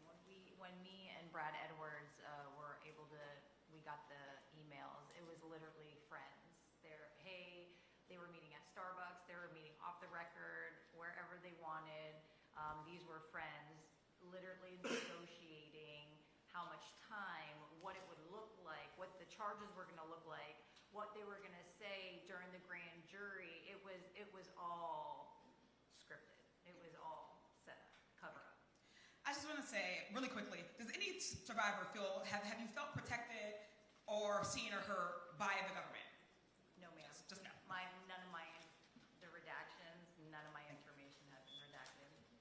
This is about a system that asks survivors to carry the burden of proof, the burden of patience, the burden of pain, while people with wealth and power are given time and protection and silence. While we're here today because of Jeffrey Epstein, sexual abuse survivors across this country know all too well that he is not an anomaly, but he's a high-profile example of a system that too often works exactly as designed, to shield abusers and silence those that they harm. So to all the survivors, the fierce attorney advocates who are with us here today, I just want to thank you for coming forward despite the many frustrations, the threats, the dangers, and the setbacks that you've experienced. We have a responsibility to all survivors who are still waiting, to the ones who have never gotten justice, and to the ones watching right now to say that this ends here, and we take that very seriously. I thank you all so much, and I yield back.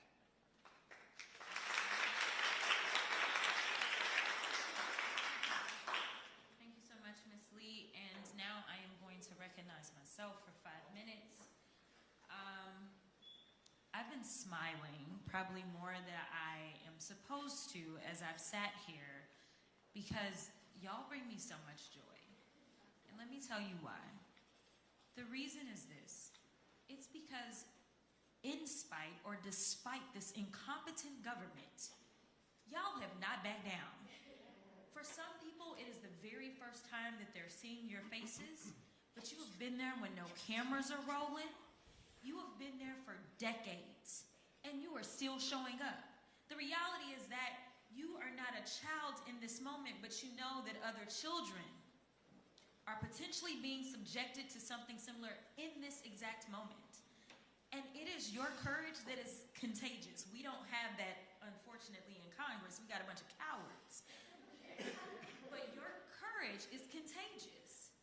Think about it this way. One of the things that I really want to clarify, because I have had an opportunity to hear some of your stories and meet with some of you in person and behind closed doors, a lot of people who potentially are not on the right side of history right now, one of the common questions they ask is, how is it that this could have happened to so many people, yet when you were going through your experience, you failed to see anybody else or know anything else, and you thought that you were all alone. And I know that that is something you have told me directly. So for the people that are watching, and they're hearing numbers like, man, thousands of girls, but at the same time, they're hearing, you know what, I never saw anything else. Whoever feels most comfortable, if you will, because for me, I don't think that I have that much confidence in the government overall doing what's right for the right reason, but it is the pressure from outside. It is you going out there and being courageous that has made the people rise up. That is why we were able to get some kind of movement. And so I want to build more allies for this movement right now. So if any of you would like to answer that question. Thank you for that, first of all. But I think it starts with our young people knowing that they need to speak up. Because for me, I think I was pit against a friend of mine that went together to Jeffrey the first time, and he was very good at using the manipulation to hold us there. And so I felt like I couldn't tell anybody, and I didn't tell anybody. So I think it starts with the youngest, you know, if an experience feels off, to have a young person speak out and talk to even just a friend about that, and then say to that friend, hey, is this happening to you? Then the two of them can talk to an adult, and then we're already making change because we're already taking it out of the dark. I think the secrecy was the hardest part in my own abuse, and meeting all of the survivor sisters in September absolutely changed my whole life. And so I do think if you can find community and if you can find the people who boost you, it's really important, but it starts with our youngest survivors. Thank you so much for that. And in fact, you brought up young survivors. You know, a quick question that I have for each of you is, do you believe that a child has the ability to consent to sex? Okay. Interestingly enough, most of the time our laws, whether they're state or federal, acknowledge that as well, but I have a transcript and I won't go through it, but it relates to the case that's stemmed out of here, where they were trying to make it seem as if a child victim was a criminal. That was the focus of their questioning. So it is so frustrating because literally when I was in the state house in Texas, this is one of the things that I actually worked on, was making sure we changed the actual language in the code, specifically as we talked about child victims. So that brings me to kind of where we are on the federal level. And I'm gonna wrap up because of the time. I wanna make sure we stay on time. My colleagues are nicer than I am. I'm gonna be real. They've used words like cover up, choice. For me, it's obstruction of justice. It's real clear, and that's just the lawyer in me. This is pure obstruction. Anyone else that would engage in this type of behavior would be charged with obstruction of justice, yet somehow, because it's the Department of Justice, the ones that are supposed to enforce justice and law in this country, we're not calling it a thing, but that's what it is.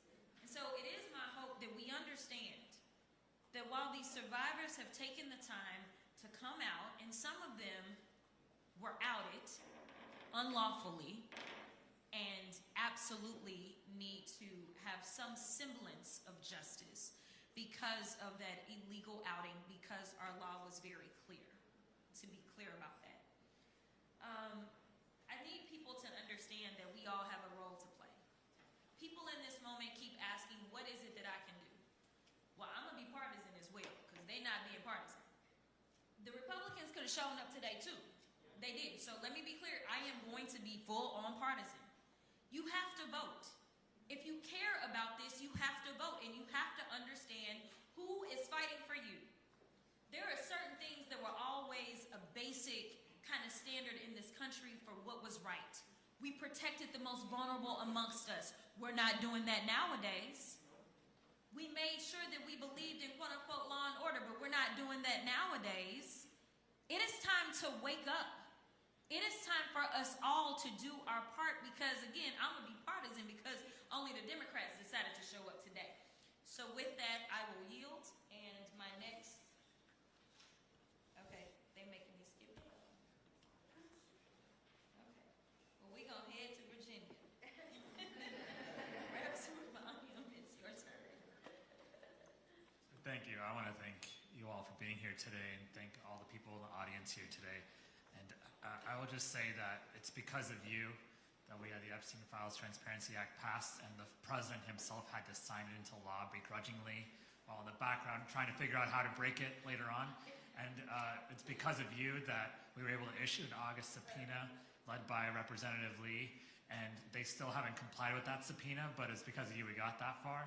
It's because of you that they won't even hold hearings, real hearings in the Oversight Committee on anything anymore because they're afraid we'll subpoena more people about Epstein Files and Epstein Transparency Act. So just think about where you've gotten us. I know it's not enough. It may never be enough, someone mentioned before, but I just want to thank you for getting us this far. And I know there are a lot of girls and women around the country, around the world who thank you as well. One of the things that has driven me crazy is that there's millions of files that have still not been released. And so this question really is for anyone. But one of the things that I remember hearing from many of the survivors last year was you'd at least like your own files, your own witness statements. Has anyone received your own files? So no one has received their own files. And has the Trump administration talked to you about potentially giving you those files? I'm seeing everyone say no. And did they ever talk to you about which files they were withholding and why they would withhold them or consult with you about that? I'm seeing everyone shake their heads as well in the audience and all the witnesses we have today. And so I guess I would ask then, we're going to be talking to someone next week, Pam Bondi. And so do you have any suggestions on what we should ask her tomorrow? We can start off as well, or anyone who'd like to answer that. I think there's a lot to ask her, right? But do we believe anything that she's going to come out of her mouth? Let's pretend yes. Yeah. Okay. I definitely. Why? Who are we covering for? Like, you were willing to lose your job to cover up for these people. What do they have on you? Because I'd like to know. You're a woman, you're a mother, and you look at us, you couldn't even look at the survivors. So what's your part in this? Can I add to that? Process. What was the process? And we would ask the same of Todd Blanche. What was the process for moving Keelan Maxwell? I can actually speak to three very specific things that you should ask her. Number one, there was hours of video surveillance taken by the lead investigator at the time outside of the home, watching people go in and out of the house that has yet to be released, and we know it exists from the probable cause affidavit. Secondly, back in October of 2003, there's record evidence that there were surveillance inside the home because cash was stolen from Mr. Epstein by one of his workers, and Sarah Kellen showed police that video from inside the home. That means surveillance cameras in fact existed in the home. Where is that video? And then lastly, Maxwell photographed everything. She loved taking photographs of people. That was her passion. They have not released even a fraction of the photographs that Maxwell took. So I'm just going to add on to Danny's point about process and be a little more specific. So what transpired in advance of the files being released were a number of the lawyers who are in this room provided DOJ with lists of names. I think one lawyer provided about 300 names, and those names got released in the first batch. Many of those names got released in the first batch of files when they were dumped. The lawyer went back and said, these names need to be redacted. I'm just going to use Danny's as an example. Hope that's okay, Danny. So her lawyer went back and said, redact Danny Bensky's name. The second time the files were released, the DOJ had not just the list of the names that the lawyers requested to be redacted, but also correspondence that said Danny's name was released in the first batch and a request to redact. Her name then appeared in the second batch. Another correspondence went to DOJ about Danny specifically. And then there was a third batch of documents. In the third batch of documents, I think Danny's name, her address, a picture of her dog, you name it, it was in the third batch. So I think we need to give examples, and I think we need a deep understanding of what transpired so that a group of high-powered lawyers were not able to identify names and properly redact them. Thank you. I yield back. Thank you. We're going to move on to Missouri. Brett Bell.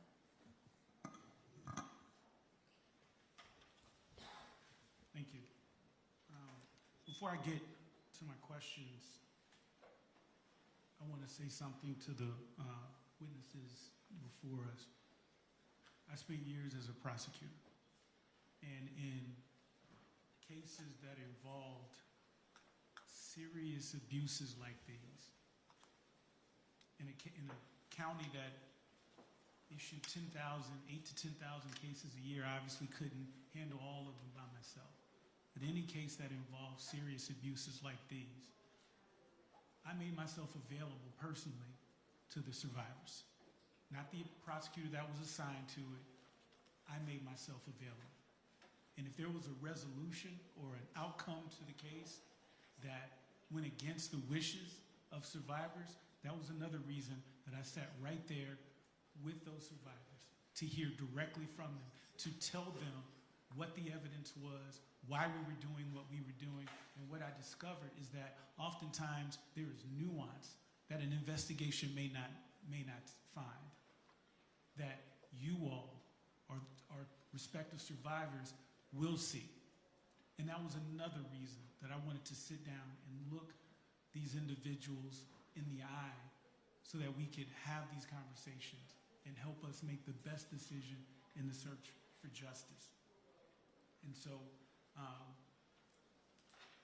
I want to ask a couple quick questions, and I'm going to be very mindful of time. Ms. Wild, as a former prosecutor, I have to ask this question. The Crime Victims' Rights Act was passed specifically to guarantee survivors a seat at the table in federal proceedings. You went to court to enforce that right. In your experience, was that promise ever actually kept? No. That promise was never kept. And during the federal investigation, see, and that's why it was so wishy-washy, because Alex Acosta had the federal investigation. So the feds were coming to me, asking me questions, but then the feds passed it back down to the state.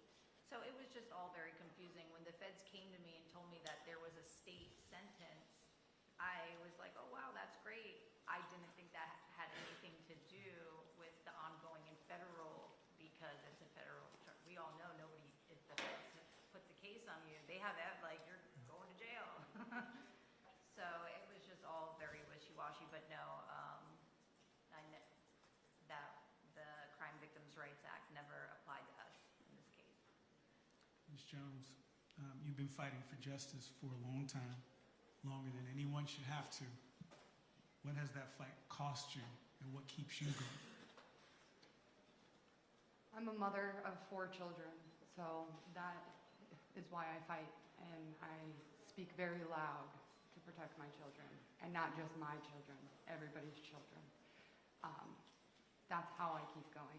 It takes a very big toll on you, but when you look at the innocence in a child's face, no child should ever have to go through what we went through, ever. And as many years as I've sat across the room from survivors, I can't pretend to fully understand the courage it takes to walk in to a room like this one, to tell the truth about what was done to you in front of cameras, in front of strangers, engaging directly with a system that has let you down. And Ms. Rosa, you said that in trying to figure out what justice looks like, good luck.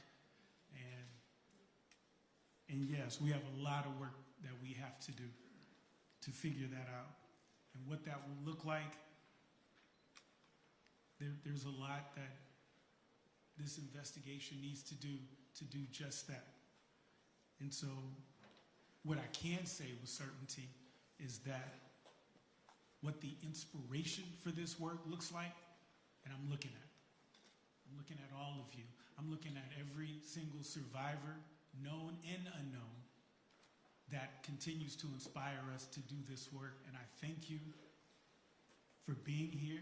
We do not take that lightly, that you've agreed to be here today and share your stories and being honest about why this matters, because as my colleague said, this administration has made it harder, not easier, for you to be here, but you are our inspiration, and we appreciate you. Thank you. Thank you, Congressman. Next up is Representative Min. Thank you to the survivors for appearing here today. Ms. Wild, Ms. Jones, Ms. Bensky, Rosa, Mr. Roberts, Ms. Roberts, your testimonies are powerful and extremely heart-wrenching. And we're sitting right now just 2.8 miles from the Epstein estate, where so much of this took place, 4 miles from Mar-a-Lago, where Jeffrey Epstein spent so much of his time. And I don't think it's lost on any of us up here how much courage you all are showing in being here today and sharing your stories, because as we begin to unravel the threads of the Epstein files, we're seeing just how broad and deep this conspiracy goes, and a number of you have talked about the threats you face, and that must be incredibly frightening. Many of the world's richest and most powerful men are implicated, and they have directly perpetrated a decades-long cover-up. Even after we were able to pass the Epstein Files Transparency Act, over the maneuvering and objections, I'd add, of President Trump, then Attorney General Pam Bondi, and Speaker Mike Johnson, the rich and powerful were still able to pervert justice, with the DOJ refusing to turn over 50% of the documents in their possession, redacting the names of the perpetrators while releasing personal information about many of you, re-victimizing the survivors. And that's outrageous, and we for damn sure need to ask Pam Bondi what the hell happened here and why she chose to re-victimize survivors when she appears before us next week. Mr. Hirsh, I want to start, Ms. Hirsh, I want to start with you real quickly. Are you aware of any instance where the DOJ contacted survivors before they released personal identifying information about the survivors last year?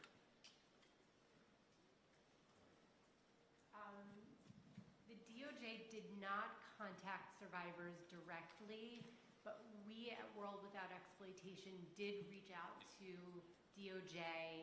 But they did not reach out. They did return a phone call, but when we asked them to speak with survivors, that never happened.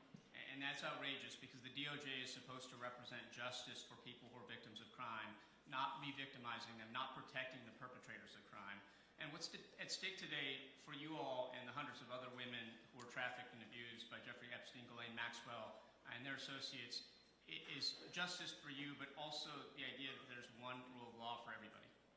That we don't have one set of rules for the rich and powerful, the Epstein elites, and another that applies to the rest of us. As I've said before, I spent my career fighting for the rule of law. This is very important to me. I also started my career at the Securities and Exchange Commission, prosecuting corporate fraud, then taught banking law at UC Irvine, and I also know that following the money is the first rule of tracking down any kind of major criminal conspiracy. And as I just want to reiterate the points that were made earlier by Rep. Christian Murthy, by you, Ms. Roberts, that we need to follow the money, that Epstein survivors have sued and won settlements from a number of large financial institutions, including Bank of America, JP Morgan, and Deutsche Bank, hundreds of millions of dollars. We need to get the SARS reports from Treasury. We need the SEC, Treasury, and the banking regulators to investigate and potentially prosecute anyone or any institution that was complicit in covering up or helping facilitate the Epstein trafficking ring. Now, Mr. Kuvin, you've stated previously that Epstein would never have been able to get away with this horrendous crimes without the complicity of banks, the big banks, and back in 2023 you stated, I've always said that he would never be able to molest these young girls without the banks and the money behind it. Could you briefly elaborate on what you meant when you said that? Correct. So we found during our original litigation back at the inception that he was pulling out large amounts of cash and transferring funds back and forth, and large amounts of cash were coming out of the banks. There were never any questions that were being asked of him at the time. And in fact, as I alluded to before, even back in 2003, he had envelopes filled with cash that he even reported to police that had been stolen from his home. And the banks appeared to be working with him, not questioning him because of all of the money he was moving through those institutions. It is a damn shame that the Department of Justice and the FBI have never followed this thread, even though it's something that is very, very important. I will just add that House Oversight Democrats have worked with Chairman Comer to issue subpoenas for Deutsche Bank and JP Morgan, but we're seeking subpoenas for an additional 21 banks. I think this is going to be really, really important. Another important piece of evidence that has not been followed up on is the camera evidence, the computer files, as the lead attorney at the time, Maria Villafuena, had referred to. Now, you had mentioned, Mr. Kuvin, that you saw a number of cameras in the estate. That would potentially have a lot of damning footage. Can you describe what cameras you saw, how many, where they were located in the estate? Right. So after we originally filed the first case here in Palm Beach for one of the victims, I was granted an opportunity by the court to go on property at Epstein's home and do a site inspection. There were spots within the home, both in the bedrooms and the massage area and other areas of the home, where you could see mounting brackets where cameras used to be. And then there were CPU or computer units that had been taken away. And then I was able to verify back in 2003, as I said, that Sarah Kellen had actually shown internal footage to the police department back then of someone that had allegedly taken money. So there was verifiable evidence that cameras were in fact in the home. Lastly, I represented a client in Manhattan who, when she was brought to the home in Manhattan, saw the entire network of cameras that was being utilized in the Manhattan mansion. None of that video has been released today. And in fact, lead attorney, I'll just close with this, Maria Villafuena, had said that that was a smoking gun, this evidence. They knew exactly where it was, and Alex Acosta, who was then the U.S. Attorney for the District of Florida, refused to investigate this or actually seek to have this turned over. I want to thank you all again. Thank you for your courage in being here today. Thank you, Congressman. Next is Representative Randall. Thank you, Mr. Ranking Member, and thank you to each of you for being here today. I especially want to thank those of you who shared your stories about surviving unimaginable abuse. We thank thank you for your immense bravery, which we do over and over again, but also for your willingness to relive your trauma in pursuit of justice. I know you've waited far too long and are still waiting, but from the bottom of my heart, please know that you are seen and heard by every member of Congress in this room, and we will make sure that your stories are not ignored. Former Attorney General Bondi literally kept her back turned away from a room full of survivors. We've seen the photo. We are here to do the opposite. We are here to walk alongside you and to shine a light on the stories that you have shared over and over. We'll keep fighting for truth, for transparency, and an end to this shameless DOJ cover-up of all the information relating to the heinous crimes of this Epstein case. DOJ's document productions to date have released very little new information about Epstein's co-conspirators. In fact, we know that there are more than 2.5 million documents still hidden. But unfortunately, as we have heard today, recent releases have exposed private and personal identifying information of survivors. DOJ has created serious risk to safety for survivors and published names and photographs, some of them very explicit. Survivors have also shared with the committee that in multiple instances, as we heard again today, loved ones didn't know that you had been abused by Epstein until that information was released publicly. Every oversight Democrat sent Pam Bondi a letter back in February to express alarm at DOJ for publishing survivor names and photographs thousands of times, while taking special care to redact information that could be crucial for bringing justice and holding perpetrators of abuse accountable. The sheer amount of personal identifiable information released after survivors got assurances from DOJ that they would be protected raises the question of whether this is just incompetence or, far more likely, deliberate witness intimidation. Ms. Bensky, you have spoken about this, about the harm of DOJ's sloppy Epstein file release that has caused you and other survivors. You spoke about your own name being released despite repeated requests to redact it. Will you share again for us, for the record, what that experience meant to you and other survivors to have your information be exposed? Yeah, I mean, I am public, and that's a choice that I made, but never in my life did I expect for anybody to read intimate details of abuse. To me, it's always been about protecting others. And, you know, unfortunately, I have friends in this story, and to see somebody's name out there who has worked so hard to move past this in life is something, it sends a shockwave through your body. It hits you like reading your own name in the file first, just like I went into the files thinking I would have to look pretty hard to find things, type my last name in, and everything came up, right?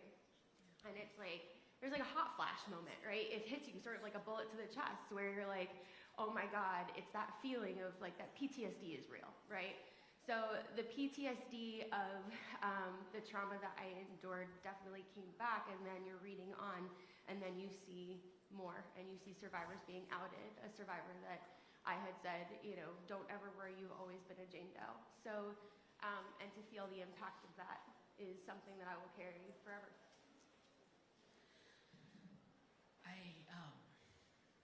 I'm sorry. I feel like you deserve an apology from your government, and, you know, as Democratic members of Congress, we are here to continue to work with you. But I also know that we absolutely have to fight for better. We have to fight to pass Virginia's law, and I know Congresswoman Frankel wanted us to share that she's also been working on the Courtney Wild Reinforcing Crime Victims' Rights Act to ensure that those rights that you are owed are actually upheld, that we work with survivors to inform you about any prosecutorial agreements, to ensure that folks know what rights you are awarded and deserved. we will continue to investigate and to fight for all of you, but also for every survivor and every young person who is being victimized around the world. Thank you. I yield back. Thank you, Congresswoman. Representative Ansari. Thank you, Ranking Member. President Trump, former Attorney General Pam Bondi, and Acting Attorney General Todd Blanche promised truth and transparency regarding the Epstein files. They have instead led the most egregious cover-up in American history.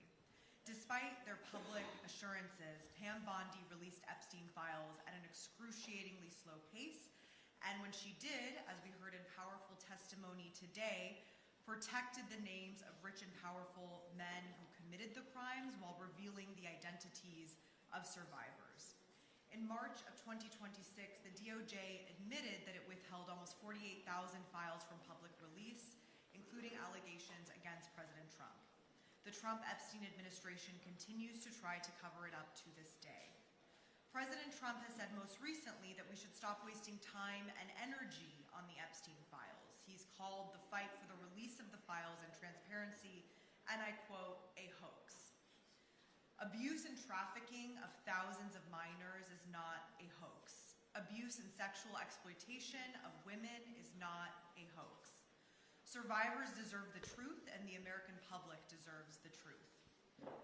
Ms. Jones, you have said that you, and I quote, put your hope in President Donald Trump and that you believe that he would do right by the survivors. Now, do you believe that he has broken his promise? He's broken many promises. Thank you. I want to remind everyone that former Congresswoman Marjorie Taylor Greene alleges that during a phone call, President Trump told her that if he was to release the Epstein files, and I quote, my friends are going to get hurt. And now the Trump Department of Justice that is responsible for overseeing the release of the Epstein files claims that there is nothing more to investigate in the Epstein case. Todd Blanche met with Ghislaine Maxwell, Epstein's accomplice, before moving her to a cushy, minimal security prison. It is so ridiculous and insulting. So far, only Epstein and Maxwell have been prosecuted for sex trafficking, and there has never been a full accounting of Epstein's financial crimes or additional prosecutions of suspected co-conspirators. Last month, Acting Attorney General Todd Blanche said, and I quote, from the information that we have within the Epstein files, we do not have a case against anybody. Ms. Jones, based on your experience or based on what you have seen in the files, do you believe the statement to be true? Absolutely not. Ms. Bensky, based on your own experiences or what you have seen in the files, do you believe the statement to be true? No. Ms. Wild, I'd like to ask you the same question. No. And Rosa, lastly, I'd like to ask you the same. No. Thank you. I yield back. Thank you, Congresswoman. I'd like to now have Representative Walkinshaw. Thank you, Ranking Member, and thank you all for being here. Walking into this room and telling your stories again takes tremendous courage. And I've heard a lot of the stories from survivors, and like everybody, I'm struck by the courage, the commitment to justice for Epstein, Maxwell, and everyone involved in these crimes, but I'm most struck by your commitment to protecting every child and every potential victim of sexual abuse or assault. Epstein, Maxwell, and their co-conspirators shattered lives. They targeted vulnerable women and girls, objectifying and attempting to silence them. They were protected by their wealth, their power, their privilege. We can see it here in Palm Beach. And as we've heard today, their ability to commit these crimes reflects a systemic and intentional failure by the very institutions meant to protect you. Our government lets you down when you deserve protection and justice for the crimes that were committed against you. And we're here today to try to do our part to correct some of these failures. And we're not going to stop until the truth comes out, the extent of the crimes, the involvement of all of the co-conspirators is revealed. I want to focus on two patterns that have emerged today. First, Epstein and Maxwell weaponizing immigration status and travel documents against survivors, confiscating passports, holding visas hostage to trap women and girls in their orbit. And then when survivors like yourselves were brave enough to speak up, our justice system ignoring you, reinforcing the sense that there was nowhere safe for you to turn. Rosa, Ms. Wild, thank you for being here today. I want to ask you both just a couple questions related to these patterns. Rosa, can you tell us again how Epstein used your visa status as leverage to keep you under his control? O1 visa is a visa for an individual with extraordinary abilities, and it takes a lot of documents to obtain that visa. I have helped one individual to obtain similar visa, and I learned the amount of documents needed to be gathered. Looking back at my case now, I did not have documents to obtain that visa. I am 100% sure of that. My agency being able to obtain that visa for me in such a short time, which was less than 6 months, it's a miracle. You try to do that right now, you won't be able to. I want to know how. And it's impossible. So I knew that my visa was linked to him, and if he is unpleased, I would be sent back. And are you aware of Epstein using similar tactics against other women or girls? I have personally met a foreigner girl at his mansion in West Palm Beach, and I have personally not seen a foreigner come forward to tell the story, and I hope my case will bring more people out in front, because there are many other people who speak broken English or don't speak English at all who can tell their stories. Thank you. Ms. Wild, you were 14 as you testified when you first encountered Mr. Epstein. Is this you? Yes. A child? Yes. I just want to go back to the DOJ investigation and the sweetheart deal for Epstein and ask you, were you told by the Department of Justice that your case was still being investigated even after Alex Acosta signed off on Epstein's plea deal? Yes, they sent me a paper in the mail. My attorneys have it. That saying it was going to be a lengthy process and that they were doing everything that they could to put him away. But at that time, when the letter was dated, it had already been signed, the non-prosecution agreement. You learned later that they had already signed the deal. Yes. So that letter they sent you was a lie. They lied to you. Yes. Yeah. Thank you. Thank you both. I yield back. Thank you, Congressman. Next up is Representative Presley. Thank you to Congresswoman Lois Frankel. Thank you to Ranking Member Garcia, to Congresswoman Summer Lee. Your efforts have made today possible, and of course, thanks to our courageous survivors. I've been on this committee since I was a freshman, and Elijah Cummings, the great Elijah Cummings, our chair at the time, would often remind us that the role of the Committee on Oversight, our mandate, is to be an efficient and effective pursuit of the truth. Now, that pursuit is what brings House Democrats here today. Because instead of Epstein's victims being met with efficiency, they've been met with obstruction and delays by law enforcement and by the Department of Justice. Instead of Epstein's victims being met with effectiveness, they've been met with systemic cover-up. And I would add cowardice of those who were intimidated by the power and the privilege of Jeffrey Epstein, Ghislaine Maxwell, and their co-conspirators. So today, we are here to shine a light, because sunlight is the best disinfectant. We are here to shine a light on the corruption, on the failures of this investigation. But most of all, we are here to center the survivors, to center the courageous.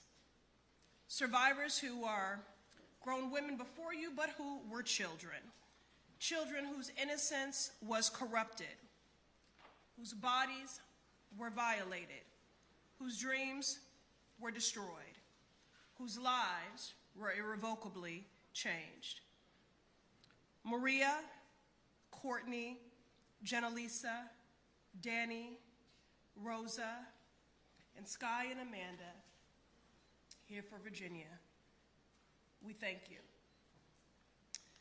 Congress enacted the Crime Victims' Rights Act in 2004 to mandate specific obligations for the Department of Justice to ensure that survivors are protected, informed, and able to heal. Now, Mr. Kuvin, you've spent decades representing survivors and fighting for transparency around the federal government's handling of their cases. Can you speak to how the federal government violated, after their bodies were violated, after their dreams, their dignity, their lives were violated, how were their rights violated? It was our understanding after the release of documents and the bravery of Ms. Wild here at the end in her case that was brought and the final disclosure of all those documents, it showed that the federal government and the state attorney's office colluded together to not bring an indictment because they knew that if they did, then the Crime Victims' Rights Act would then be triggered and they would have to inform the victims of what they were doing. So what we learned was they intentionally kept it out of the hands of victims so that the victims couldn't object or have any say in the process by secretly doing this deal that they did. And the federal judge, very brave federal judge Mara, found that there was a violation of the act here in the Southern District. And unfortunately, because of the way the law was written, there was absolutely no way to get them any justice or any remedy as a result. That's right. So they weren't notified, they were not consulted, they were not given the opportunity to participate in proceedings that directly affected their lives and their safety. These rights are supposed to be guaranteed by the Crime Victims' Rights Act. Now, would any survivors like to speak to any examples to share about how the federal government ignored or neglected your case? I see the clock is ticking here. Would anyone else like to speak to that? How about this? Let me just say this as a survivor myself. I know that this is not only about your safety that you were robbed of, your innocence and your dreams. Survivors are also forced to carry the financial burden of abuse. Lost wages, housing instability, medical expenses, legal fees, security costs, trauma that impacts your daily life. Could any of you speak to that? We have put ourselves on the front line and spoke out and put our face to the public when we should have never had to. And that comes with a huge toll. Now every job that we apply for, they Google us. They know our most personal information of things that happen to us as children. That is forever, forever going to follow us. We don't get that back. We don't get that luxury. So that is just the one of the most important things that comes with the weight of this, all because the government couldn't do their job. May I, I heard this before from the survivors. I'm a really cool person if you meet me outside of here. I have a life stories, but these release of documents made me something else. And I can't do daily task without certain help. And I have a support system and I'm grateful for it. But if I didn't, I don't think I would be here today alive. So it's really hard. I want to tell the world, it's hard to be here today. I'm very uncomfortable. I'm trying to look like I'm okay, but I'm not okay. Yes, would anyone else like to speak to the financial burden of abuse, lost wages, housing instability, medical expenses, legal fees, security costs? So I was gonna, when I was younger, when I met Jeffrey, I experienced a lot of homelessness. So I think I misunderstood your question, but Oh, no, say whatever you would like. Yes, ma'am. I was just going to say that, just like you were walking over the bridge, a 14-year-old going to Palm Beach, it was like as soon as you go over that bridge, you just feel the money and power, and it's just such a contrast. If you go down Okeechobee to Okeechobee and the Turnpike, there's a road called Drexel, and it's a mobile home street. There's a lot of, that's where I came, that's where I was from. So to go from here to there is just, it's so confusing. I was homeless. My parents had addiction problems. He prayed, he knew what he was doing. It was all very calculated, and then later on, the fact that he used those things against me. We had the feds pulling up our MySpaces, treating us like criminals because we were at a party at 16 and 17 drinking, rather than going out. They had. So for me, it's so sad that he knew who he preyed on. He preyed on young, especially in Palm Beach County, he preyed on us kids who came from troubled backgrounds and everything else, and they portrayed us as these underage prostitutes. Which is that a real charge? Is it? Like, what was the statute number? I'm on his charge that he took.